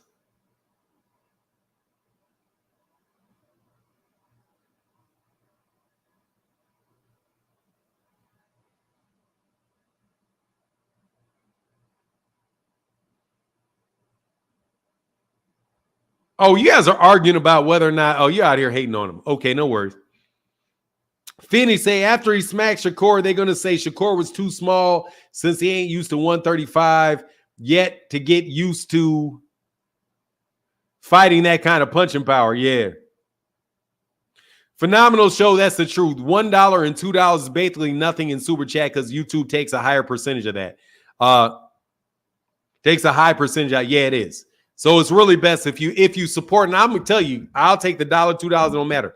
Thank you so much. Any and everything adds up, but it's easier for those over there on Cash App because it's more bang for buck over there. Tank will run through everybody 135 and 140. I don't know about that, bro. One time, what up, man? I saw you jump on and jump off yesterday. What's up? Oh no, I wasn't on yesterday.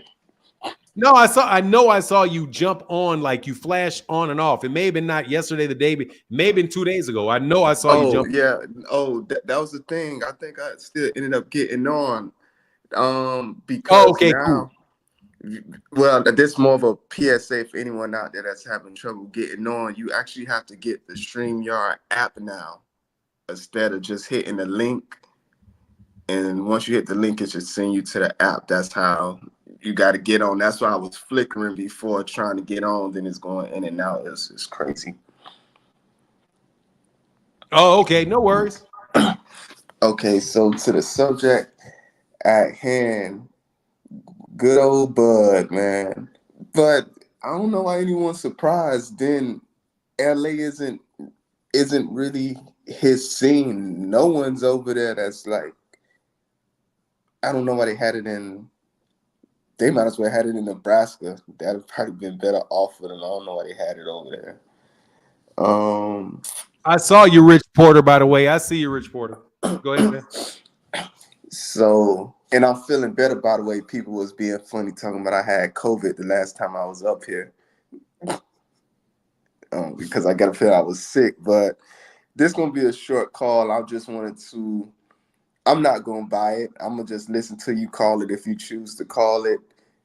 All this was inevitable. This whole, whatever his name is, not Tariq Nasheed, my bad, but the dude that's buying up boxing allegedly. Sheik, sure, Turkey Al-Sheik. Turkey Al-Sheik. I'm going to get it one of these days. Just call him Turkey. It's Turkey. Okay, Turkey. Okay, now I have more of a concise. Just call him Turkey. Everybody, that's good enough. So I don't want to be long with it. Let me get this out. Now, this is inevitable, and also this is humbling because people like to get on and champion. Oh, Turkey is coming to fix boxing. He's gonna do all these great things and make all these fights that we want, and paying these people accordingly. On his first try crack at it in the U.S. is pretty much about to be a flop. Hopefully he breaks even. Bud is not that guy as far as fanfare. Why isn't that way? He's just not a likable person. That's all I wanted to say. I ain't have Oh, much okay, to that works. say. Yeah. All right, Al. All right, brother. Right. All right, bro, get back. What's going on? Hey, Rich Porter, you jumped off right when I was pressing the button. Rich Porter, what's going on, man? What's up, Fanon? Big fan. Thank you, brother. I'm good, man. How are you? I'm good. I watch your show every morning. You and Blue Blood, I watch y'all every morning, for real. Thank you, man. I appreciate you. Overall, I'm a fan of boxing. I'm just glad that Turkey is putting on these big shows. I mean, whether they flop or not, I think the sport needed just these big fights. You know what I'm saying? Like the heavy. Yes, sir. I mean, he brought the heavyweight division back. He bringing back some of the other divisions. Like he really doing good for boxing. It's us as fans, the consumers. We got to do better. You know what I mean? And support our favorite fighters and just boxing. Period, before it can have longevity. But I think Bud and some of them are likable guys and sellable guys. It's just when you get people on the internet that say one thing, you get thousands that run with it. Now that just kills the momentum of something. Like people should do a better job of supporting these fighters. But I also want to talk about that Tank and Shakur thing. I'm ready for that, man. I think that's gonna be epic. I can see that doing 1 million pay-per-views there. I mean, if Tank can do 300 and 400 with no namers, I know him and Shakur can do close to 1 million or whatever. But and I also think as fans, we shouldn't be counting their pockets and pay-per-view buys and all that. We should just watch, pay and watch, man. Like we making up more excuses than the fighters and the trainers on why they should or shouldn't fight. And that's crazy. Like we should just be here to see, just to see it happen. You know what I'm saying? Like let the big fights happen. Pay. If you don't want to watch it, don't pay for it. I mean, that's up to you. But overall, I think Turkey's good for boxing. I think these big fights need to start happening more. Those need to quit protecting them O's and start letting us see some real fights. You know what I'm saying? Because there's plenty of Hall of Famers who don't got the O, but we remember them as champions. We don't just talk about, oh, he lost 2-3 times. But that's really all I want to say for now. Okay, thank you, brother. Yeah, for sure. All right, bro, get back, man. Thank you, Rich. Always good to put a face and name, man. With the blue, what? Man, what up, Starborn 007? Your boy flopping. What up? Starborn 007, can you hear me? Yeah, I can hear you. What up, man? Oh, I didn't know I was on. I just got in, man. How you, Yeah, man. Morning, MH Blackwell, man. What up? I'm excited. If this the truth, Tank versus Shakur, man, that's gonna be a hell of a fight. I think that's gonna be a legendary fight right there. And What's gonna be? What's legendary? Shakur versus Tank to me. Oh, okay, yeah. I agree. Skill. I understand. Maybe Shakur don't got the name and all that right now, but talent versus talent. That's gonna be the best fight of the year right there. Talent versus talent, and I don't know if the Tank hater. No, I ain't gonna say haters or whatever the case is. Maybe you don't like a couple things about Tank this and but he get this win. You can't. Nobody can't say anything about this win because most people saying Shakur got the goods. So it's no excuses either way. Whoever win, I definitely want to see that fight. No fire sticks, y'all. Let's pay for this fight. For now, I'm gonna have the fight party. It's going on. I'm gonna get all my popcorns ready. Cheese popcorn, butter popcorn, and caramel popcorn, and everything. Then Bud got a killer. He's fighting. You know, when that Bud fight Saturday, right? Yes, sir. So you having a party for that fight party? I think I will, man. I got to. Yeah, I can't miss a Bud fight, bro. A little pit bull fighting too. Yeah. Oh, there's a lot of actually. Yeah. I'm gonna do because there's a lot of fight. There's a lot of cards on that, man. A lot of them. So what you think about the tank? The tank? Cause I came in a little late. The tank Shakur fight, man. Would you analyze? What you think? How do I see how the fight going? Yes. Oh, I got Tank winning the fight, man. I'm leaning. Yeah, it's such a hard fight to call, but I got Tank winning it. But I know that Shakur got a chance in the fight, but if Gervonta Davis can cut that ring off on Shakur and making Shakur engage and fight, and Gervonta's landing punches, Tank's gonna beat him. If he can't touch him, then Shakur wins. But you know, I think I lean towards Tank, man, because I like I think his offense, his aggression, and his clean and effective punching is just on a different level, and he boxes so well that I think at times he's going to cause a lot of problems that Shakur doesn't anticipate. So he may start making Shakur start thinking, you know. So because Shakur can because Tank can box, man. So if it winds up being a boxing match, shit, that's going to be tough. It's going to be tough either way. Yeah, that's where I am on it now. But I'm going to look at it a lot more in depth once the fight is made. All right. And then that size thing, I think we kind of underestimated with Tank is not everyone, but you kind of look at his size and be like, oh yeah, he's short. He can't do, a little short guy. But he used that size to that advantage, man. He used that size he used that small size, almost like Pacquiao he used that to his advantage. But I just wanted to get on and let you know, man, I've been supporting MH Blackwell, man. Beautiful Thank you, bro. I'm so always excited. Good to see you, bro.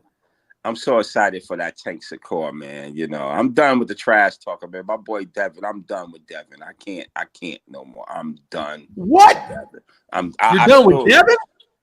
I still love Devin, but the antics, man. All of them antics, all of them over and over and over and over. You know, I put in too much time trying to defend him. I put in too much hard working time going against things that I know shouldn't have been going. I'm done. I'm just, it is with no disrespect. I'm done with the antics. When he come back and do what he's supposed to do, cool. But I'm done with the antics, man. That's just what antics you talking about specifically? I need to know. This is a monumental moment. All the antics, man. All the you gotta understand. The glory was us talking trash. Some of the trash was unwarranted, and then when you lose and then you do all of that, it's like, no, it's like, I think, don't get me wrong, I think Ryan Garcia cheated, man. I don't care. Any cheated, it could have helped you, but I just don't like how they handle it. That's just the end cap of all the other things that was going on over and over again. So I'm thing about it, for no offense, you got to know when to jump off the ship. You got to know how to evaluate something and see when a person ain't doing what they supposed to. We ain't talking about fighting hard and lost. I don't care if he lost MH. You know what I mean? If it's not because he lost. Mm-hmm. I have fighters that lose. You can lose, man. I don't care if you my fighter. If you lose, I'm still going to support you. Hell yeah. But it's just all the other antics, and all the other things. You can't even support them. You can't even say nothing good because all the other stuff that he brings. I'm just talking about the whole situation. So, no offense. I still love Devin, but I got to take a step back until they start acting right as men, so no offense. Yeah. But no, I can't waste my time. You know how much time we put arguing and all that stuff. Yeah. And then he comes out and do that.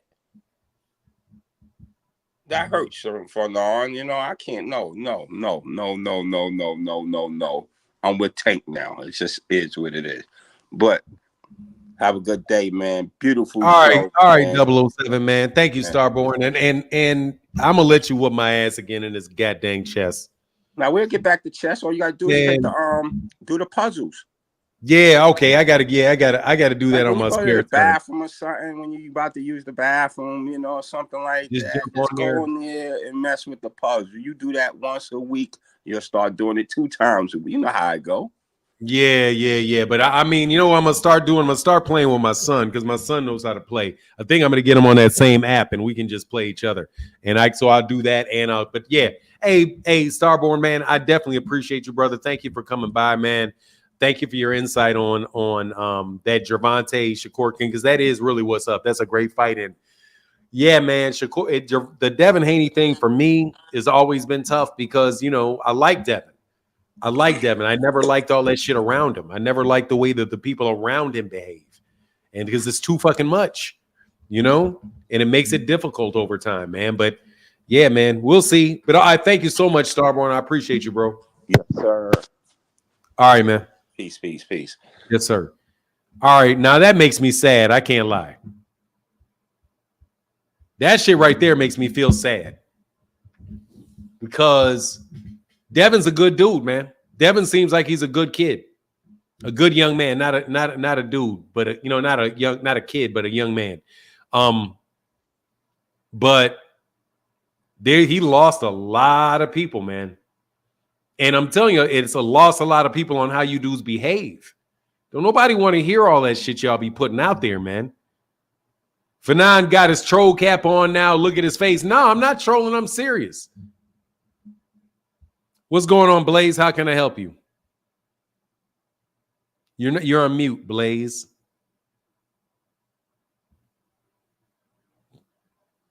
You're not speaking, Blaze. I can't hear you.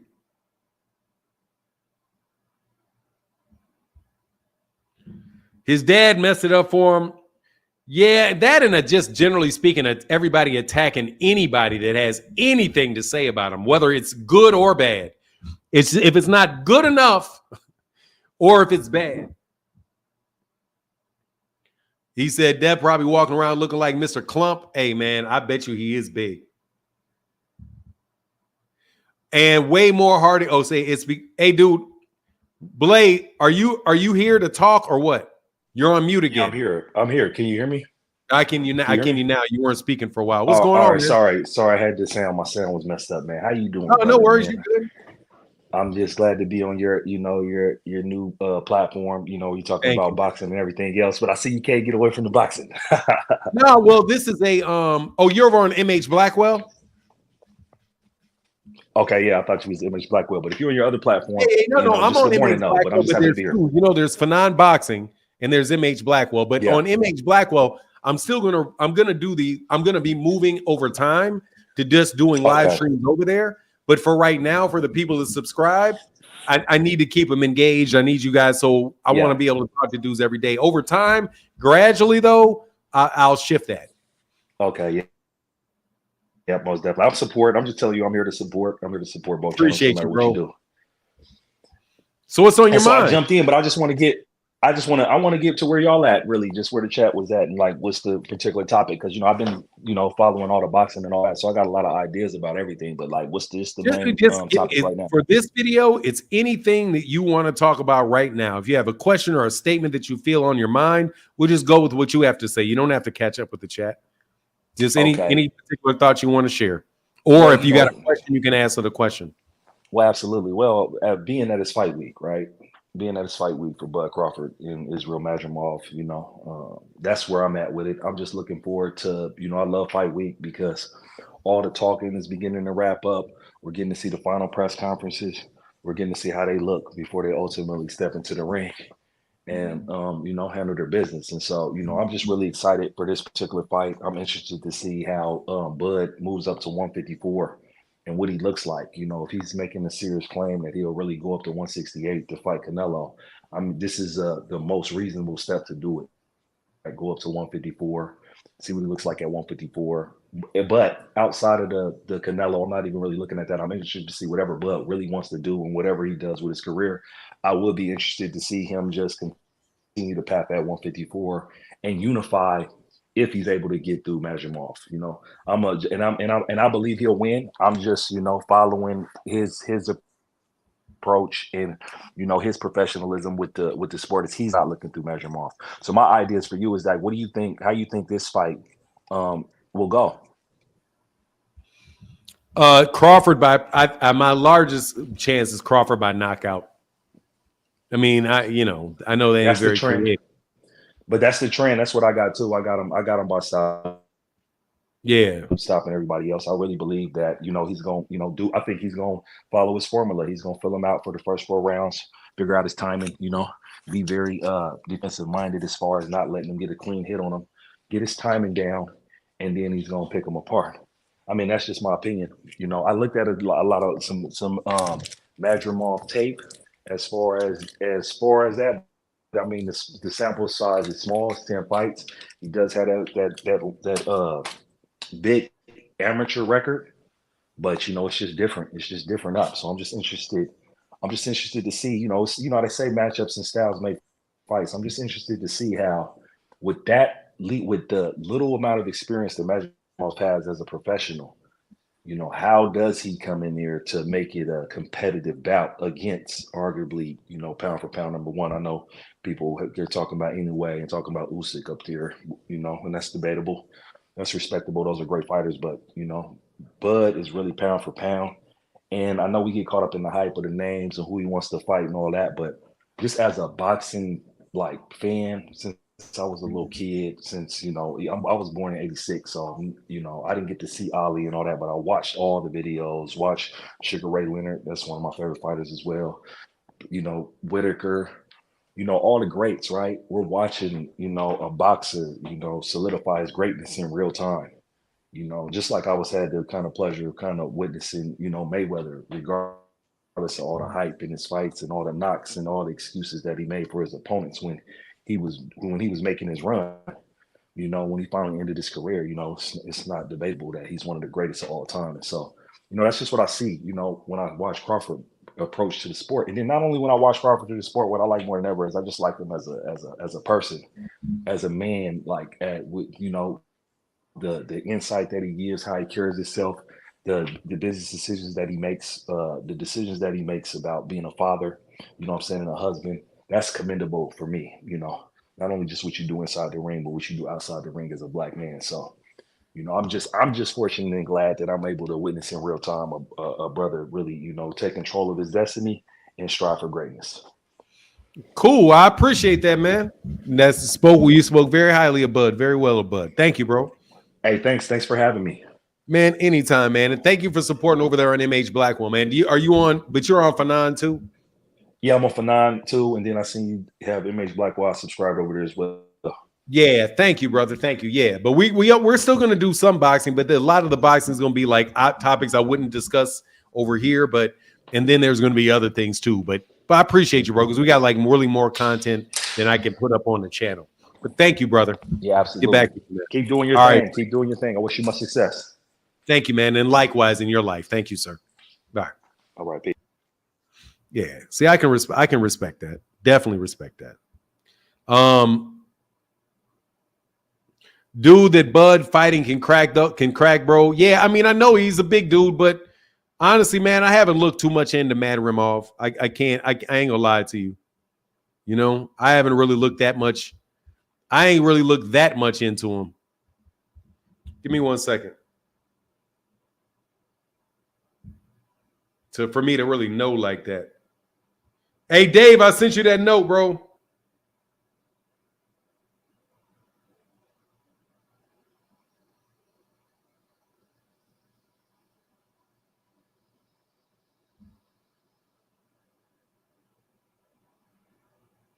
Hold on, I'm sorry.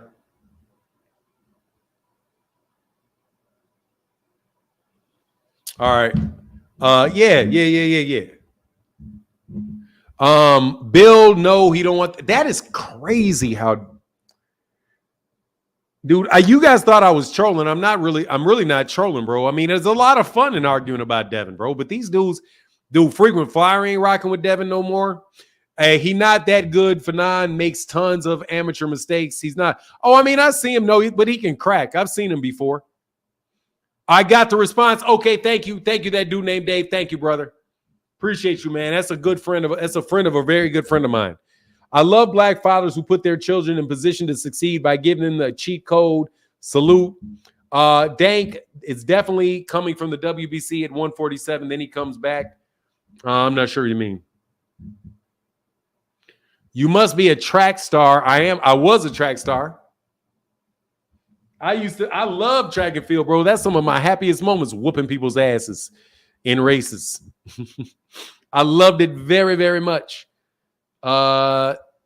This is what I'm trying to do right here, dog. Hold on one second.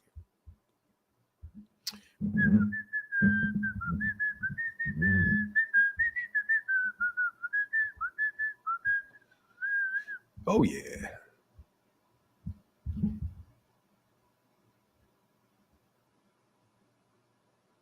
Yeah. Mr. Sniffles and BBL Dev don't even tweet no more.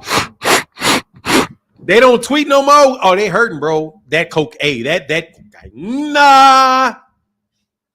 Hey, bro, that shit is hard to recover from. Get caught sniffing, bro. I ran the 4x1 anchor for one season. Yeah, I ran 4x1 anchor for like 4 years. And for Martin, Tank just effed up Shakur Stevenson this fight after we whipped Tank's at what? Just fucked up. LeVar, he didn't give him that fight. Did you have afterburners? I could run, bro. I wouldn't I wouldn't, I was good.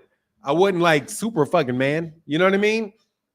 I wasn't Superman. I was good enough to be in the race, good enough to win good enough to win at a certain level, good enough to run on a relay in the next level. I ain't Usain Bolt, brother. If you mean like Bolt, no, nowhere near that type of guy. Yeah, he was playing with that nose, bro. Curly J said Mad Ramov goes down in 25 minutes. He might. I wouldn't doubt it. Yeah, bro, you can't do that, dog. That's tough. You got to go to rehab, bro. Lamarcus Robinson said, especially for a hellified street ninja, don't get on your own supply. Nah, bro. Especially with that drug. Like, what is that one? Like, you're not supposed to use that one. That's not the one you use, homie. That's not the one that you use. But anyway, I'm going to take one more link and then, what's today? Tuesday? Tuesday the 30th. Yeah, you don't use that one, bro. That's not the one you use. FYI, and just so you know. What? Oh, hold on one second. I think I already got this, but thank y'all for that support, bro. Oh, yeah, that's huge. Mr. Williams said, love and respect to everyone supporting. Yes, sir. Mr. Williams, thank you so much, Mr. Williams. Thank you so much, Mr. Williams. Appreciate you, man. Appreciate you. But look, I'm going to jump off here a little bit earlier. Hey, Fanon, what's the name of that other channel you have on YouTube? It is called... I'll put a link in the chat. It's my personal channel, bro. Give me a second. Easy Walters, how can I help you? Hey, bro, I just think Tank got a puncher's chance when it comes to fighting Shakur. To be honest, bro, I think Shakur is a well-rounded boxer. He got the fundamentals, the jab, the movement. I feel like Tank relies on that one shot too much. What do you think? Disagree strongly. Disagree. Okay, how do you think that fight's going to go? How do you think that fight's going to play out?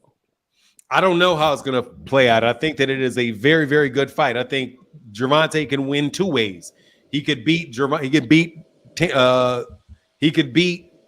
Shakur Stevenson over the course of 12 rounds, or he can knock him out anywhere in between. And Shakur could win a 12-round fight. I think it's an evenly matched fight, but I think Gervonta's got more weapons. I think he's got a bigger arsenal. And I think Shakur Stevenson has one way to win, which is to stay away and outbox him. And I think Gervonta's got a couple ways he can win. He can walk him down and stop him, or he can make the fight a snooze fest and make Shakur come to him and eventually start catching him when he forces Shakur to come to him. I think Gervonta is one of the most well-rounded fighters in all of boxing. I think he's far from a puncher having a puncher. He has more than a puncher's chance against anybody. You know why I say that? It's because of the Barrio fights and also the Hector Garcia fight. And Go back to the Barrio fights. Go back to the Barrio fight. What do you say about Barrio's fight? Why would you say that for the Barrios fight? Because he was down most of the fight. And honestly, if he didn't stop Barrios in those later rounds, Barrios might have won off of points. He was down. Not even close. If you look You at the saw scorecards, you he saw was down. you. No, he was not down. He was way up on those cards. Barrios, no, Mario Barrios, he's way up on those cards. Way up. You're saying Tank was up on the scorecards, right? Not only up, way up. Nah, I don't. Nah, we probably saw a different fight. I'm telling you flat out. Hold on. I'm not giving you my opinion. I'm giving you the fact, and I will prove it to you. Okay, let me see. Okay, when he got stopped, what was the score? Like, what was the? I'm gonna give you the score. Give me a second. Okay.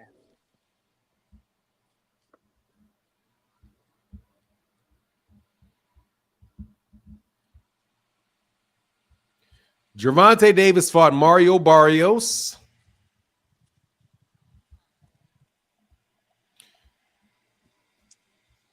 In June 26th of 2021.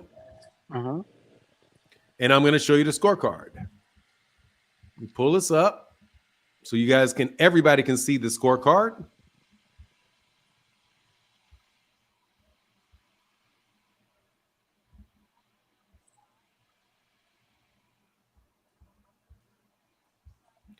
Can you see it? Yeah, I can see it. Let me see. Okay, at the end of the fight, not the fans. Now, notice the fans had the scorecard 95-93. Look at the scorecards for the actual refs at the time of the fight.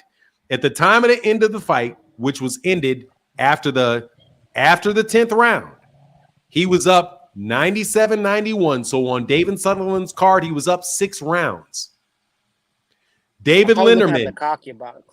Listen to me, man. We're CompuBox how you score fights. You're right. It's not. You're right. I was probably Barry Linderman had Gervonta Davis up 4 rounds, and Zach Young had Gervonta Davis up by 4 rounds.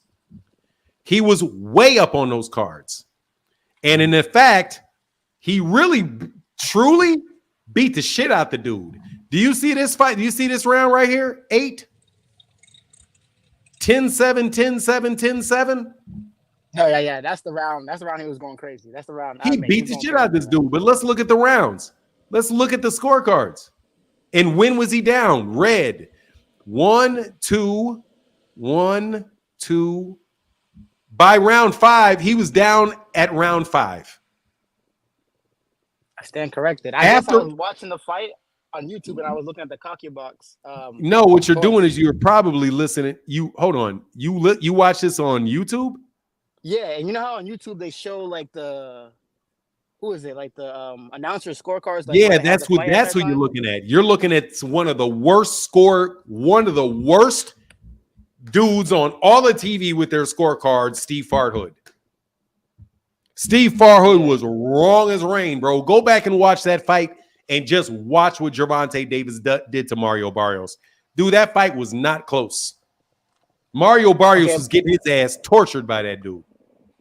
How do you feel about the Hector Garcia fight, though, until he got stopped? Hold on a second.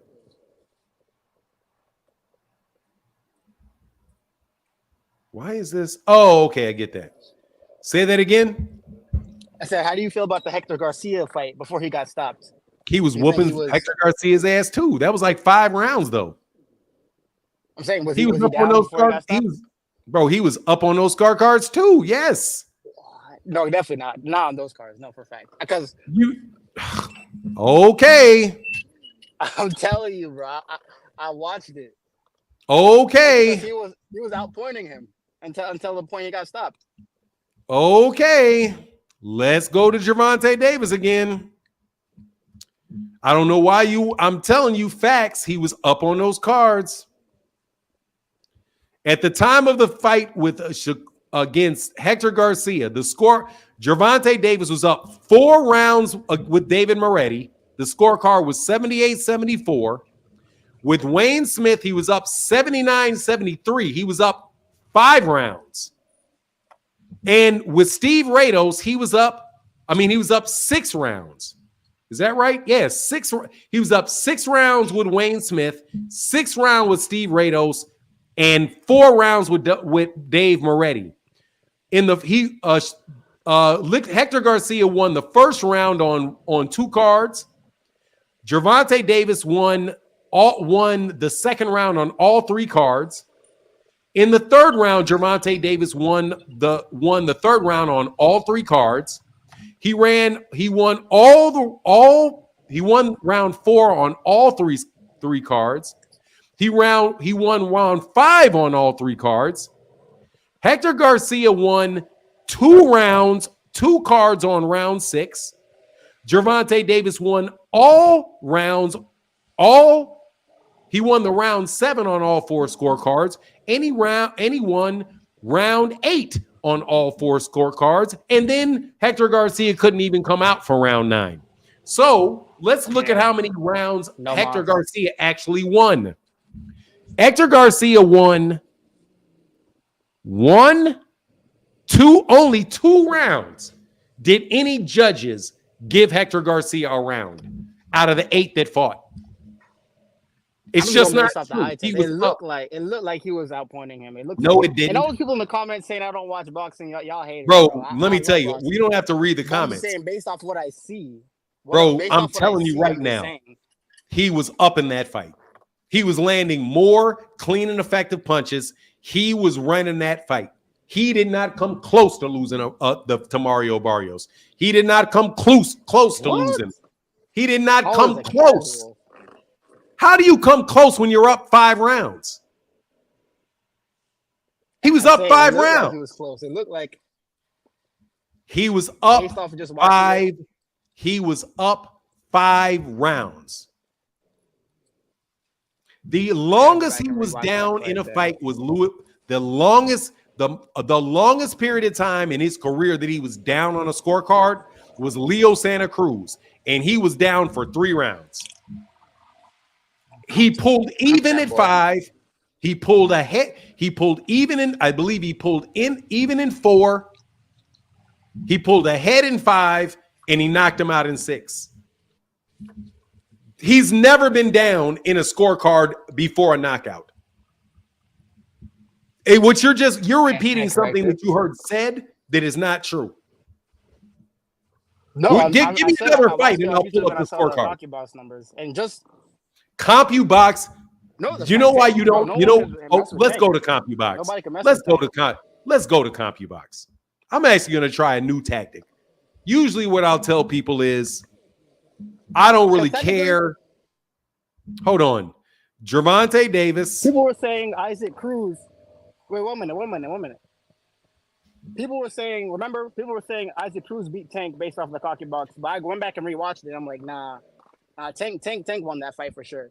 But based off that first watch, it looked like Tank lost. No, it did not. Dude, you must want Tank to lose. And no, I like Tank, bro. I'm saying, dude, hold on a second. I'm gonna go through the CompuBox, bro. I'm gonna do the CompuBox on Mario Barrios. No, I wasn't talking about Barrios. I'm talking about the Isaac Cruz fight. I'll check the CompuBox on any fight you name. But I'm not saying he lost. I'm saying he won that fight. But I'm saying off of the first watch, it looked like. Dude, what are you saying about CompuBox? I'm saying it's not accurate. I'm agreeing with you.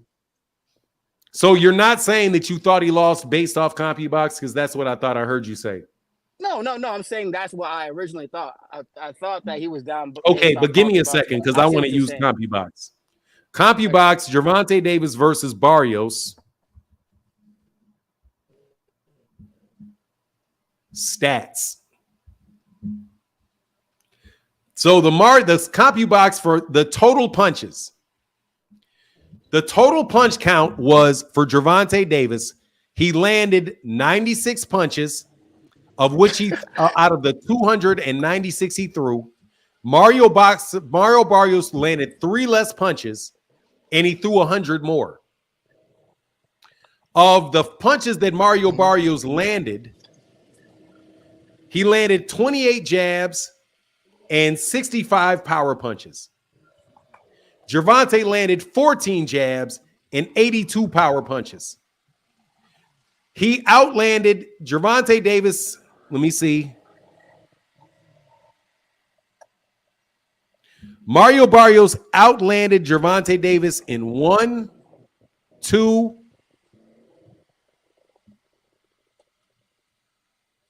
3 rounds out of the 10. Mario Barrios only outlanded Gervonta Davis in 3 rounds out of 10.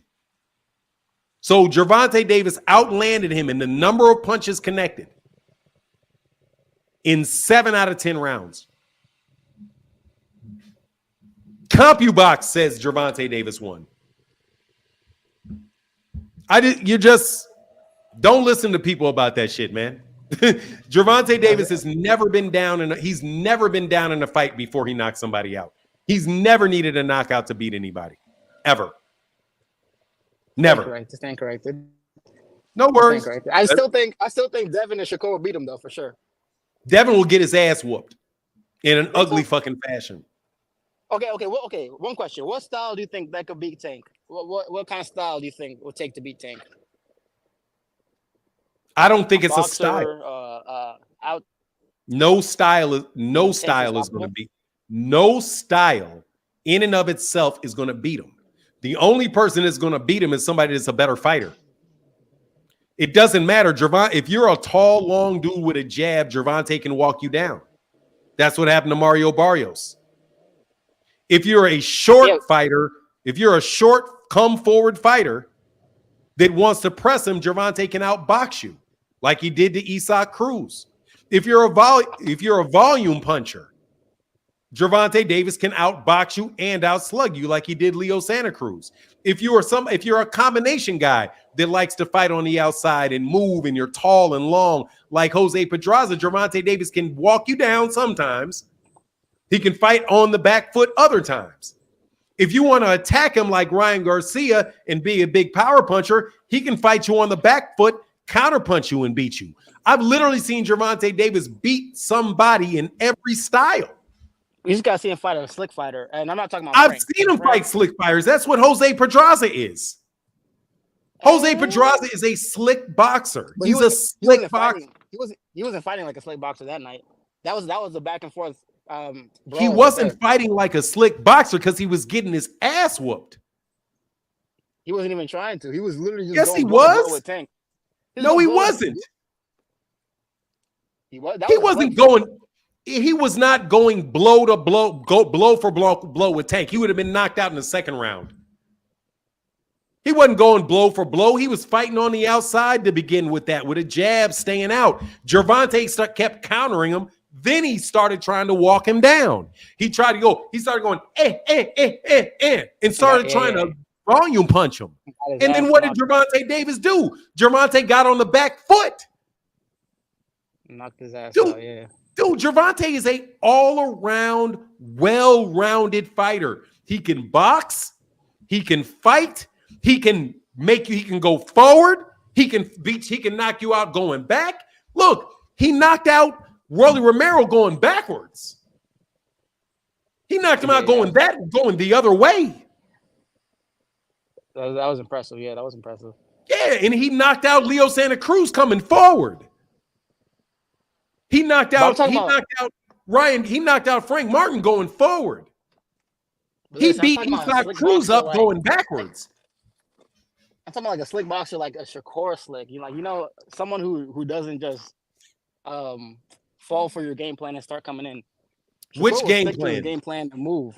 Which game plan? You know how? Okay, you said Pedraza was fighting on the outside until he started getting countered. Then he started walking in.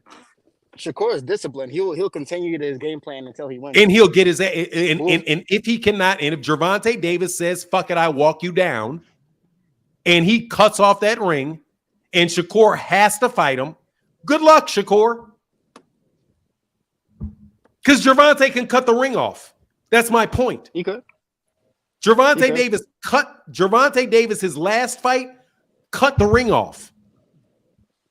He cut the ring Come off. on, you saw what Frank was doing, bro. Frank started getting Frank was moving around in a circle. He was trying. He was fighting on the back foot. He got comfortable on the ropes too much. He didn't get comfortable on the ropes. He got his ass whooped up against them ropes. Bro, even Derek James said, he's like, bro, you're getting too comfortable on the ropes. Get off the ropes. Like, he's over there flinching on the ropes. Why is he on the ropes? Because Tank is pressuring him. Because Tank is cutting off the ring. There's nowhere else to go but that way. Yeah. He cut him off. You go this way, Tank went that way. He went that way, Tank went that way. Tank took a hop this way. He took a hop this way, Tank took a hop this way. And you boop, boop, boop your ass right up against them ropes. Okay, and what did he do up against those ropes? He caught his ass. What did he do to knock him out? He got him looking for that overhand left. Got him looking for the overhand left coming off the ropes. And then he dipped, but next one, uppercut when he tried to get out. Yeah. He's a smart fighter, man. He's a smart fighter. You act like I like Tank. I'm not a Tank hater. I don't care if you like him. You could completely dislike him. Okay. I have one more question. So you know how Tank is not a volume puncher. He throws very little every round. I think the only way he could beat Shakur is if he throws more. Because if you throw like slow punches, like 10 punches around against Shakur, he's gonna outbox you for sure. Why? So I think the only way he could beat Shakur is if he throws more. Agree or disagree? Much a disagree. If Gervonta Davis hits, I'm going to tell you right now, if Gervonta Davis hits Shakur Stevenson with his left hand 15 times in that fight, Shakur Stevenson is going to go to sleep. If he hits him with his left hand 15 times, if he hits him 15 times with that left hand, and I'm talking about it could be 2 times in the second round, 2 times in the third round, 4 times in the fourth. If you see him land cleanly, 15 left hands, Shakur is not getting out of that fight awake. He ain't getting out that fight awake. Shakur he don't get hit clean though. He's very good defensively. He's never fought Gervonta. Vice versa. Dude, Gervonta, let me tell you, bro, you want to talk about Gervonta and what Gervonta's not done against certain styles. Dog, Shakur Stevenson ain't never fought nobody like Tank. No one remotely like him. I guess the closest might be what's that nigga's name? There's nothing, nobody close. There's nothing that's the closest. That's the closest. There's nobody even close. No, nobody's close. I'm talking about like a power puncher. Dude, Tank ain't just a power puncher, bro. But there's no power puncher close. No, I know. I know he's not just. You talking about Edwin De Los Santos? They're definitely not. Yeah. No, I'm not talking about De Los Santos. I'm talking about the guy on Canelo's camp. I can't remember his name right now. Oscar Valdez? The guy at 130. Damn, I can't remember his name. Oscar Valdez. Yes, that's the closest. That's the closest. Man, he is, dude, you know what that's like saying? Let me tell you, that's like saying the closest that I've ever had to having to defend LeBron James is guarding Randy Brown of the Bulls. Bro. That's what I'm saying. That's the closest he ever fought. He hasn't fought anybody on Tank's level. That's what I'm saying. So, dude, so that cutting off the ring, good luck. Good luck. He better cut that. He better not let that ring get cut off. But again, I like Shakur a lot, and Shakur may be a situation where he can't cut the ring off. But that's why I'm saying, if Shakur will fuck around and lose the fight. Because he's going to have to sit there and he's going to have to land punches on Gervonta. If Gervonta and him are going jab for jab, southpaw jab versus southpaw jab, and it just moves and he's going to lose the fight on the cards. Because Gervonta's pressing the action and he's not. Hey, I got to let you go, bro. I got a couple more callers. All right. Come back again, though, Easy Walters. I appreciate the conversation, man, for sure. It was good talking, bro. Likewise, brother. Anytime, man. Anytime. What's going on, Miss Birdman? How can I help you? What's up, sir? How you doing? I'm well, sir. How are you? Good, man. Fanon, I'm a new fan. I just wanted to come on and say what's Thank up. you. Just let you know that your channel's cool. I like your content, man. I just wanted to talk a little bit of boxing with you, man. This guy who was talking about Tank, he got me going, right? Did this dude really just say that Oscar Valdez was the closest thing to Tank, bro? That Shakur just fought?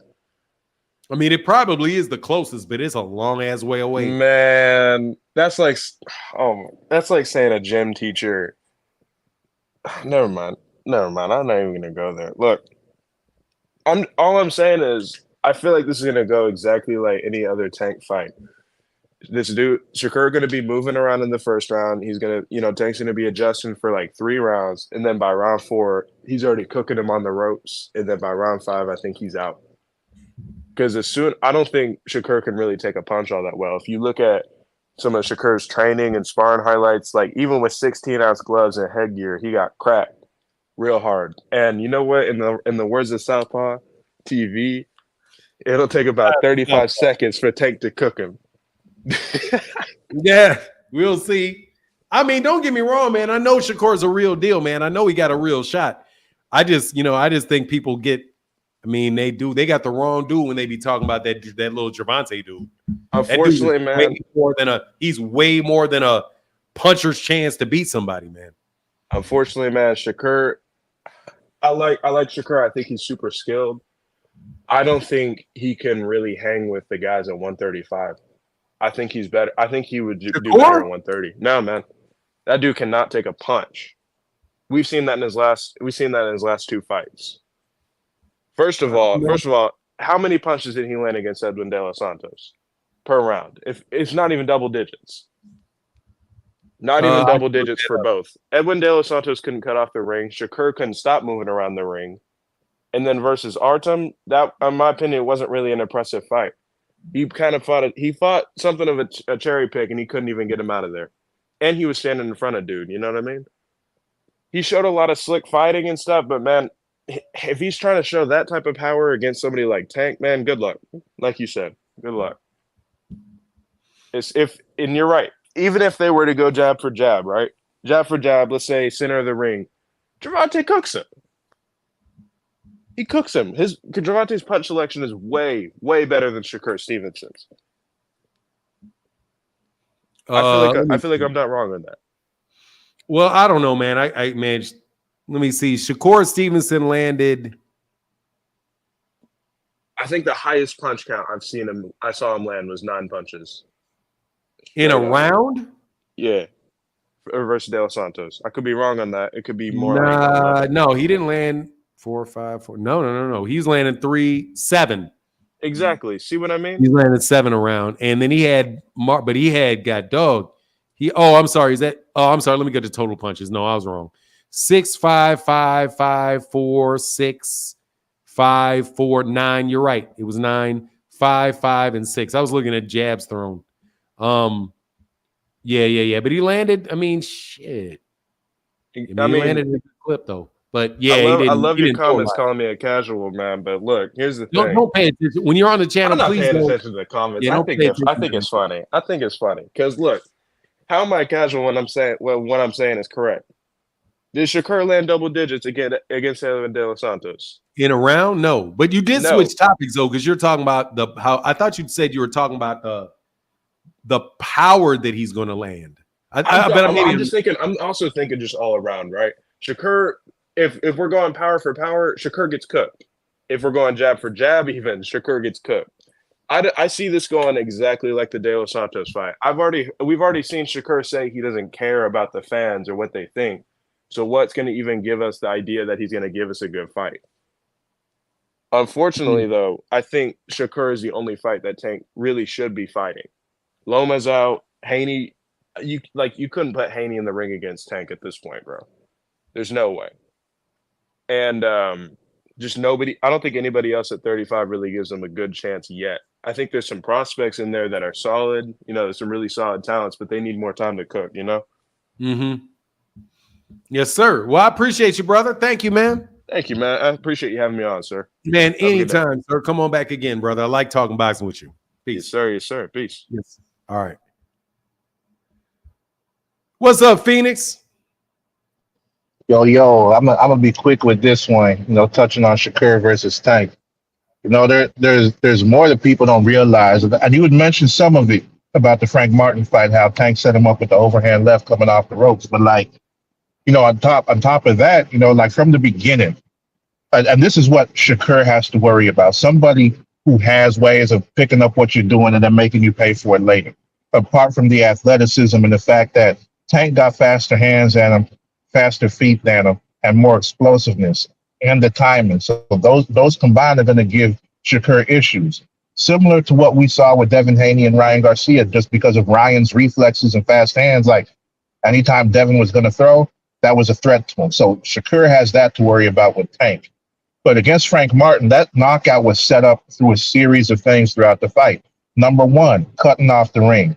And not just cutting off the ring, but forcing Frank to move towards Tank's power hand. Because every time Frank tried to go to Gervonta's right, Gervonta would step up, cut off the ring, and force him to go back the other way. After establishing that, it was working him to the ropes in the corner. And then you notice that when Frank Martin comes off the corner, he would raise his right arm up, basically blocking with his elbow and kind of obscuring his vision from that side a little bit. But Tank would go with the overhand left and condition him to that. So anytime they got to the ropes and was coming off, he would see that. He'd throw the right hook and then throw that overhand left. He'd set it up with that combo, right hook, overhand left, when Frank was coming off that. That's three. I mean, it got to a point where that's happening. And if you see where Frank's hands was, you saw that he was in position thinking like, hey, that left was going to come from that outside, from the overhand, but it ended up being an uppercut instead at the end. So like a person who's able to force you to do those things and you don't even realize it, and then all of a sudden, because they've conditioned you to get used to it through a series of things that they're doing, you don't even realize. It's like your subconscious is going through that. And that's the mental aspect of boxing, when you're able to force people to do things like that just through movements. And the fact that, Tank, it's not even about the throwing of punches, like just the movement, the feints, and getting Frank to move where he wants him to by cutting off the ring strategically. Shakur has to worry about that. And he ain't fought nobody that can do that. Yeah, you can bring up people like Oscar Valdez or Edwin De Los Santos that got power punching, but then do they have the mental capability to do that in the ring? Do they have the timing? Do they have the footwork? Do they have the ability to pick up on different tendencies that Shakur might have? So, that's all. That's one of the things that Shakur is going to have to worry about. It's not as simple as, box and stay on the outside and, don't let Tank touch you, because he'd have to be perfect for 12 rounds to avoid that. So he has that to worry about. He has to worry about the distance. He has to worry about what's coming back at him. He has to worry about getting counterpunched. He has to worry about every single thing that all his opponents got to worry about against him, except Shakur ain't fought nobody close to that. And Tank has fought more people closer to Shakur than Shakur has fought closest to Tank. That's what I have for you, man. Thank you, brother. Yeah, I agree with that. LC, what up, man? What up, man? I'm good, brother. How you feeling, man? Chilling, man. I just wanted to check in with you today. I appreciate you having me on. Man, anytime, brother. Anytime. So I just wanted to, I was just thinking, man, all these people talking about Tank start slow, you know what I'm saying? But him and Shakur kind of have a past. They're kind of familiar, And when Tank's not scared of someone's power, you've seen what he does. He just walks them down, beats them up. So what's to say that he doesn't just come out in this fight and physically impose himself on him from the jump? You probably will. And that's what I just see a lot of people that say Gervonta starts slow. He starts slow. And in my mind, I'm thinking like these guys are familiar. And I don't think that's the way this one's. I think people are going to be very surprised when they see this one and how it goes. Yeah, I mean, well, hopefully it happens. But I ain't. I'm just saying, just from the outside speaking, if it does happen, I just think that people would be very surprised at how Tank beat that little boy up. That's just my opinion. Appreciate you, bro. Just a quick one. I just wanted to throw that one out there. Man, I thank you. Come back again, LC, man. Don't be a stranger, man. I need people come with the common sense, and appreciate you, man. It was good boxing talk. Thank you, brother. All right, man. Yeah, man. Oh my God, it's so nice that the debates have ended. Who would have known? Once I stopped talking to fucking phones, who want to argue all the time and try to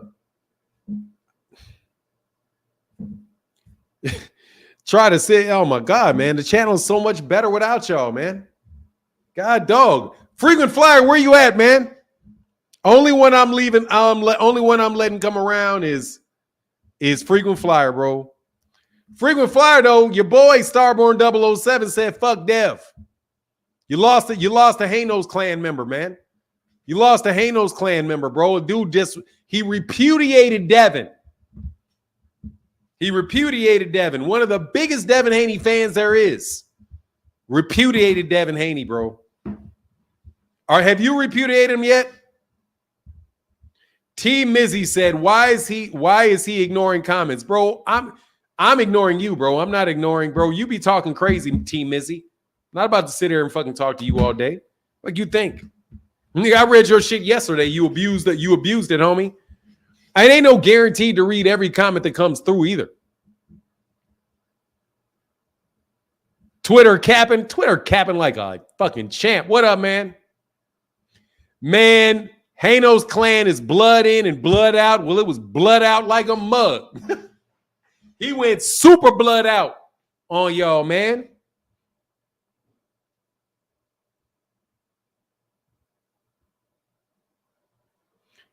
You being an ass in the comments. Hey, thank you, great. Hey, what's up, Southpaw? What's up, brother? Hope you're doing well, man. Great work for you as always, man. You know I love your videos. Terrell Harris said, Tank won't fight nobody with real skills trying to fight washed up Loma. Now he's washed up, right? But when Devin fought him, he was the best on the fucking planet. Kick rocks. When has a knockout artist ever been beaten by a pure boxer? First of all, what the fuck is a pure boxer? I don't even know what that is. But plenty of times, if you call Ali a pure boxer, Ali knocked out a bunch of knockout punchers. Two of the biggest knockout punchers in the history of boxing got slept by Ali, a pure boxer. Something Ali never gets fucking credit for, bro. Being a knockout puncher, because he damn sure can crack. Yeah, Devin's lost a lot of fans, bro. Please stop discrediting Tank, my guy. I don't know who you're talking to, my guy, because I have never discredited Tank or Shakur.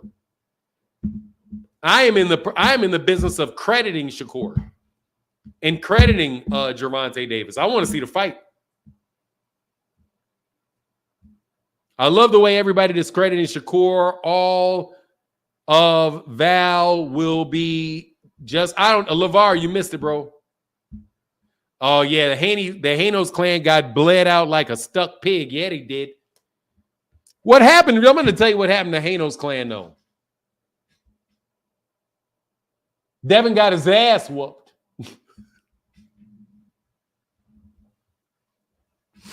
Devin got his ass whooped, and then don't nobody feel sorry for him. Because you guys are asses. So everybody's looking at the little asshole who used to talk all that shit after he got his ass whooped, and they're like, he might have got cheated, but so what? He got his ass whooped. Shouldn't have been talking all that shit. Shouldn't have been popping off at the lips like that. You know what I mean? Like that. Y'all don't think that exists? That's real in the world, bro. They'll be like, yeah, that little motherfucker got his ass whooped. But the guy cheated. Yeah, but he got his ass whooped. Fuck him. I don't like him. Fuck him. That's what they said, man. Hey, Martin, in other words, Tank got his ass whooped bad. Tank getting his ass whooped bad. Tank ain't getting his ass whooped bad. You ain't never seen Shakur whoop nobody's ass bad now. Well, that's not true. I've seen him whoop somebody's ass bad. But, Shakur whooped up on Jamel Herring mighty nasty. He can't fight Gervonta like he fought Jamel Herring. He's going to get hurt. Nah, Sunny Day. That shit ain't on no goddamn November 23rd. Don't you believe that shit. These dudes going to come back and you're going to have your feelings hurt and calling people a duck just because you believe that fight is going to happen then. He said Dev lost those fans because of the way he went about it. Yeah, he did. Yeah, he did. Spoiled ass kid, man. Coming off all spoiled. Yeah, Devin got his ass whooped and threatened to sue. Yeah, dog. Come on, man. Ain't nobody trying to hear that shit. You're trying to sue him for whooping your ass? You supposed to get back in the ring and whoop his ass for whooping your ass. He need that rematch, bro. He'll be back with the rematch. Yeah, Shakur done whooped a lot of people, LeVar. Hey, LeVar, Debbie Pooh. Yeah, Debbie Pooh got his ass whooped. And Cass don't care.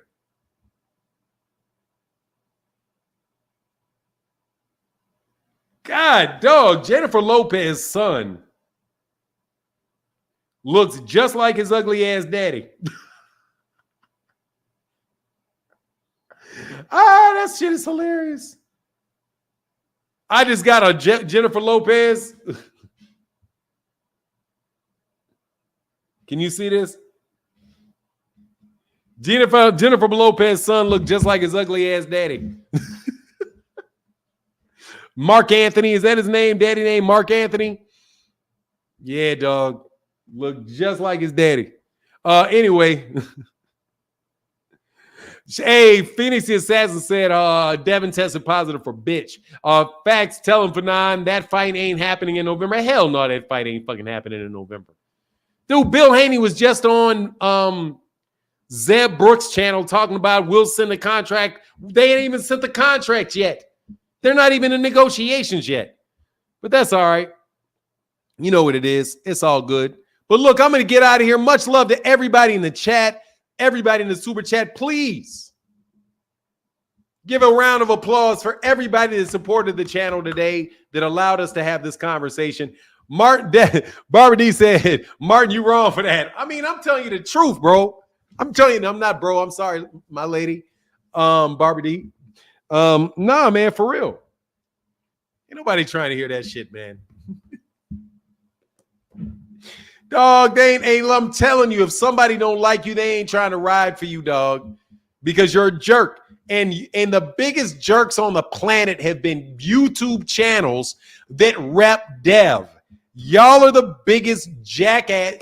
You guys been the biggest jerks on the fucking internet. Okay, you can say what you want, bro. But y'all are the biggest fucking assholes.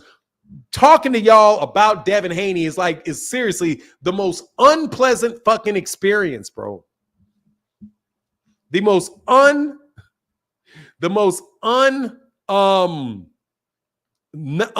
experience, man. Man, that's who I want to see. I want to see Franken fight them. You guys are asses. So when Devin got his ass whooped, it's not like even people even know Devin like that. But also, Devin was influenced by you. Because you claim that you were rocking with the fans. This man relied on y'all. Y'all gassed him up for acting an asshole. And he didn't even know it. Y'all are out here leading this man, telling him, oh, acting an asshole is cool. Don't worry, we'll love you no matter what. Meanwhile, you running around making enemies. You're running around making people not like him. Dude, it was Devin Haney fans that made me have a problem with Devin Haney. I'm telling you. Haney, I'm hiding. Oh, yeah. That man said, I'm out for 2 years. A lot of channels are, I got a video up. It's bullshit, bro. LeVar, don't buy that shit. How could it possibly be? How can it possibly be set, bro? How can it possibly be? Gervonta Davis is in Paris at the Olympics, and his team just said that they hadn't even sent him an offer. And they said that yesterday. All of a sudden, somebody from Joe fucking Blow comes out and says the fight is done. And let me tell you who said the fight was done. Look. This guy. Who the hell is B? Who is BWF? Don't even know who that is, man. Anyway, with that, I got to get out of here. Y'all have a wonderful day, and we will see y'all tomorrow for sure. Thank you so much. Bunch of gibberish. I don't know what you're talking about, but a bunch of gibberish, bro. Devin said that he was going to take 2 years off, something like that. I don't know if it's true.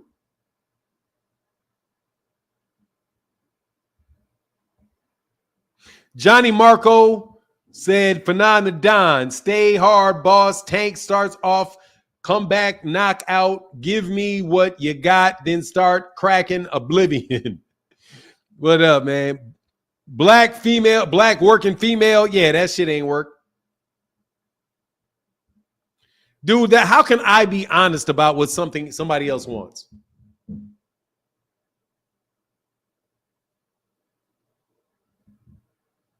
How can I be honest about what somebody else wants? I can only be honest about what I want. I can't be honest, the green-eyed 23. I can't be honest about what somebody else says. Let me be honest by telling you what you think. I can't do that, bro. Andre Henderson said, peace, Fanon. Great show. Thank you, bro. Dr. Solis said he took 2 years off so he can cycle on and cycle off snack system like Clarissa found her woman strength. Oh, that's crazy. Be honest, Fanon. Yeah, that's what they say all the time.